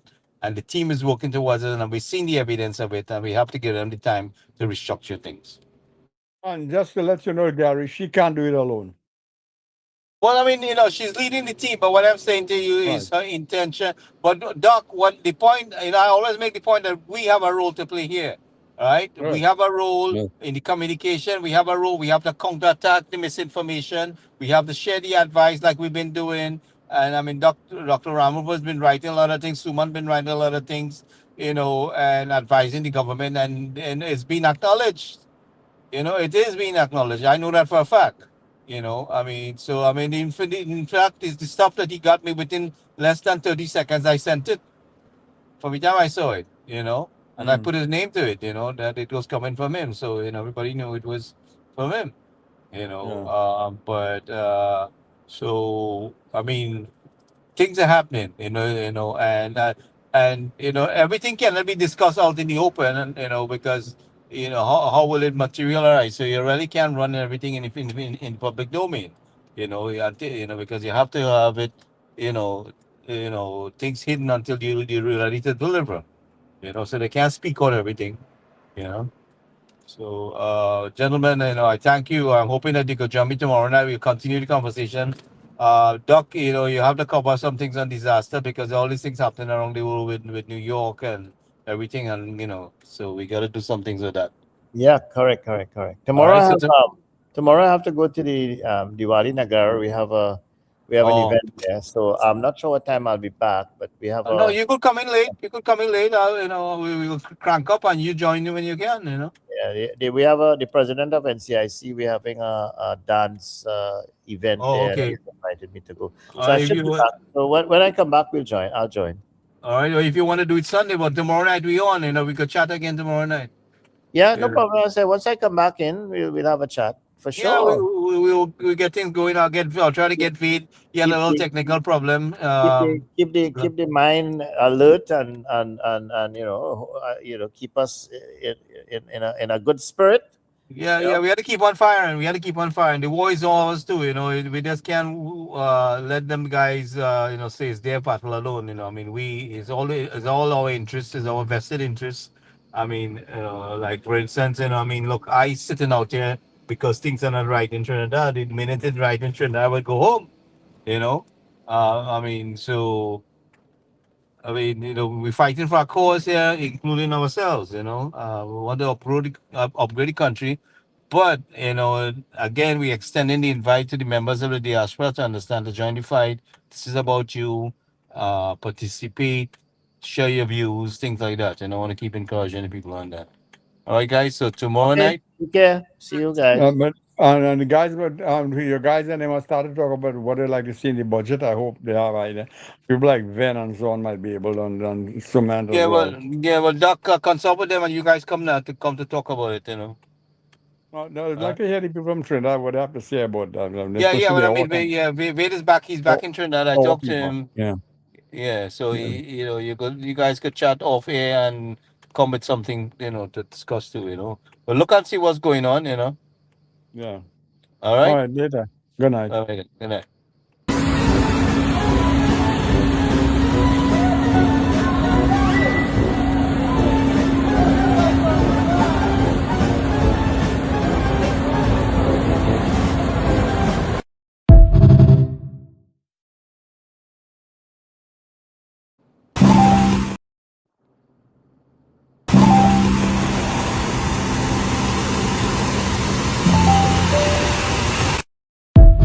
Following Cabinet's decision to remove county medical officers of health from the approval process, Minister of Planning, Economic Affairs and Development Dr. Kennedy Swarat Singh noted that government is addressing one of the key bottlenecks affecting the ease of doing business. But the cost to businesses and to development activity for inordinate delay in getting things approved has been significant. The Minister of Energy and Energy Industries, Dr. Rudal Munilal, has indicated that government continues to receive expressions of interest in the Pointe-à-Pitre refinery. There are several interested parties. In the coming weeks, another interested party may join us to take a look and have technical discussions with our people. So there's no shortage of suitors for the refinery. It is just that we have to meet and treat with all offers and all those concerned in a very fair, transparent manner, and that is what we are about now. So that process is unraveling as we speak. Just this morning, I've received communications from another entity with great interest in that. Mr. Munilal made his comment as he spoke to members of the media after a book distribution program in his Debeg constituency on Friday.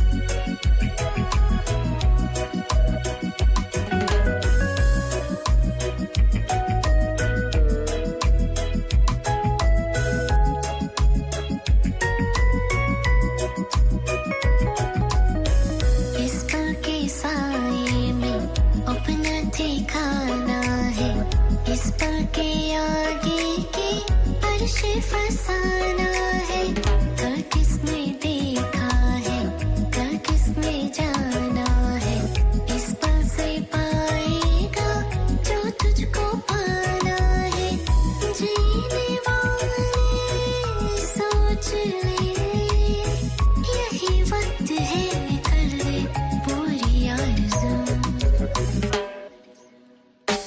आगे भी जाने न तू पीछे भी जाने न तू जो भी है बस यही एक पल है आगे भी जाने न तू पीछे भी जाने न तू जो भी है बस यही एक पल है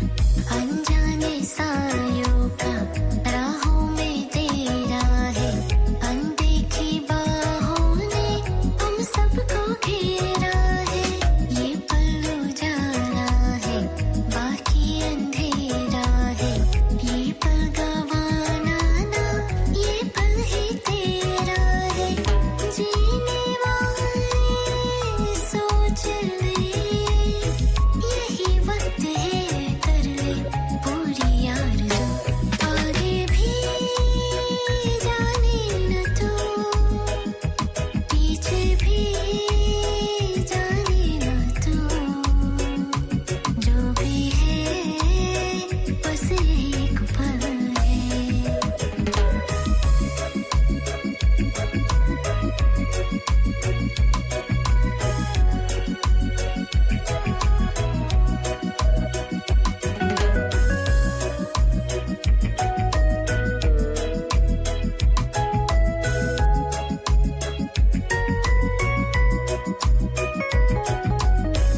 इस पल के साए में अपना ठिकाना है इस पल के आगे के अर्श फसाना है कल किसने देखा है कल किसने जाना है इस पल से पाएगा जो तुझको पाना है जीने वाले सोच ले यही वक्त है कर ले पूरी आरज़ू आगे भी जाने न तू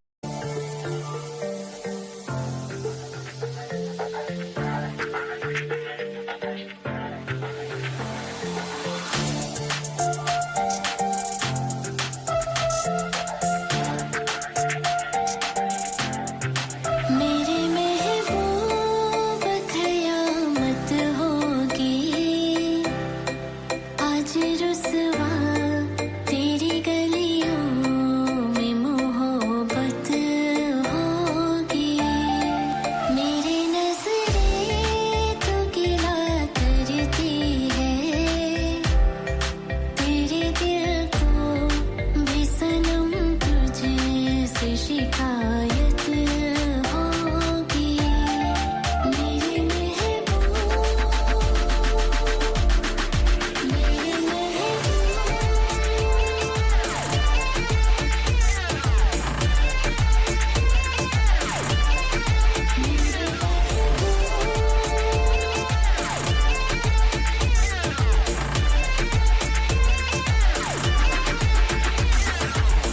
तेरे गले में आता सनम नगमा वफा का गाता सनम तुझसे सुनाना चाहता सनम फिर आज इधर आया हूँ मगर ये कहने में दीवाना खत्म बस आज ये वहशत होगी आज रुसवा तेरी गलियों में मोहब्बत होगी मेरे महबूब कयामत होगी आज रुसवा तेरी गलियों में मोहब्बत होगी मेरी नजरें तो गिला करती है तेरे दिल को भी सनम तुझसे शिकायत होगी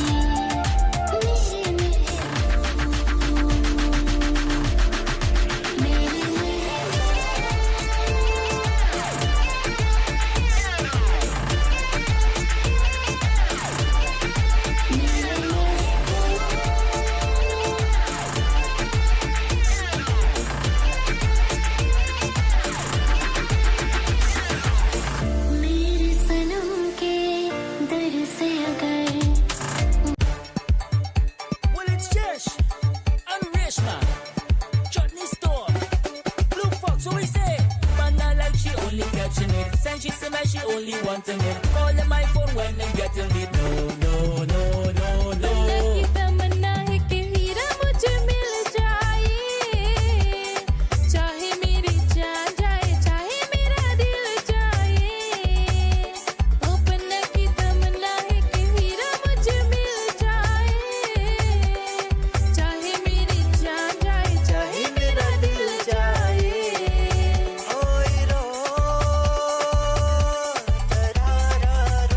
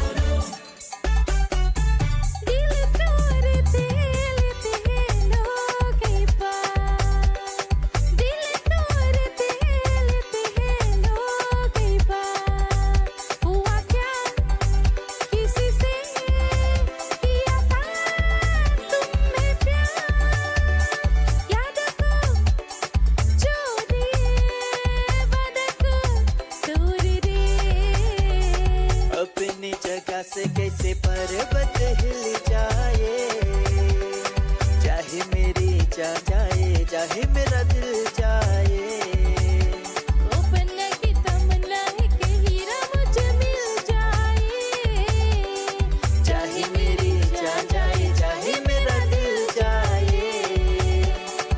Panna want to study, cause she only catching, but this girl could keep on dreaming. That what she wants, that what she wants. Panna want to study, cause she only catching, Panna you could keep on dreaming. That what she wants.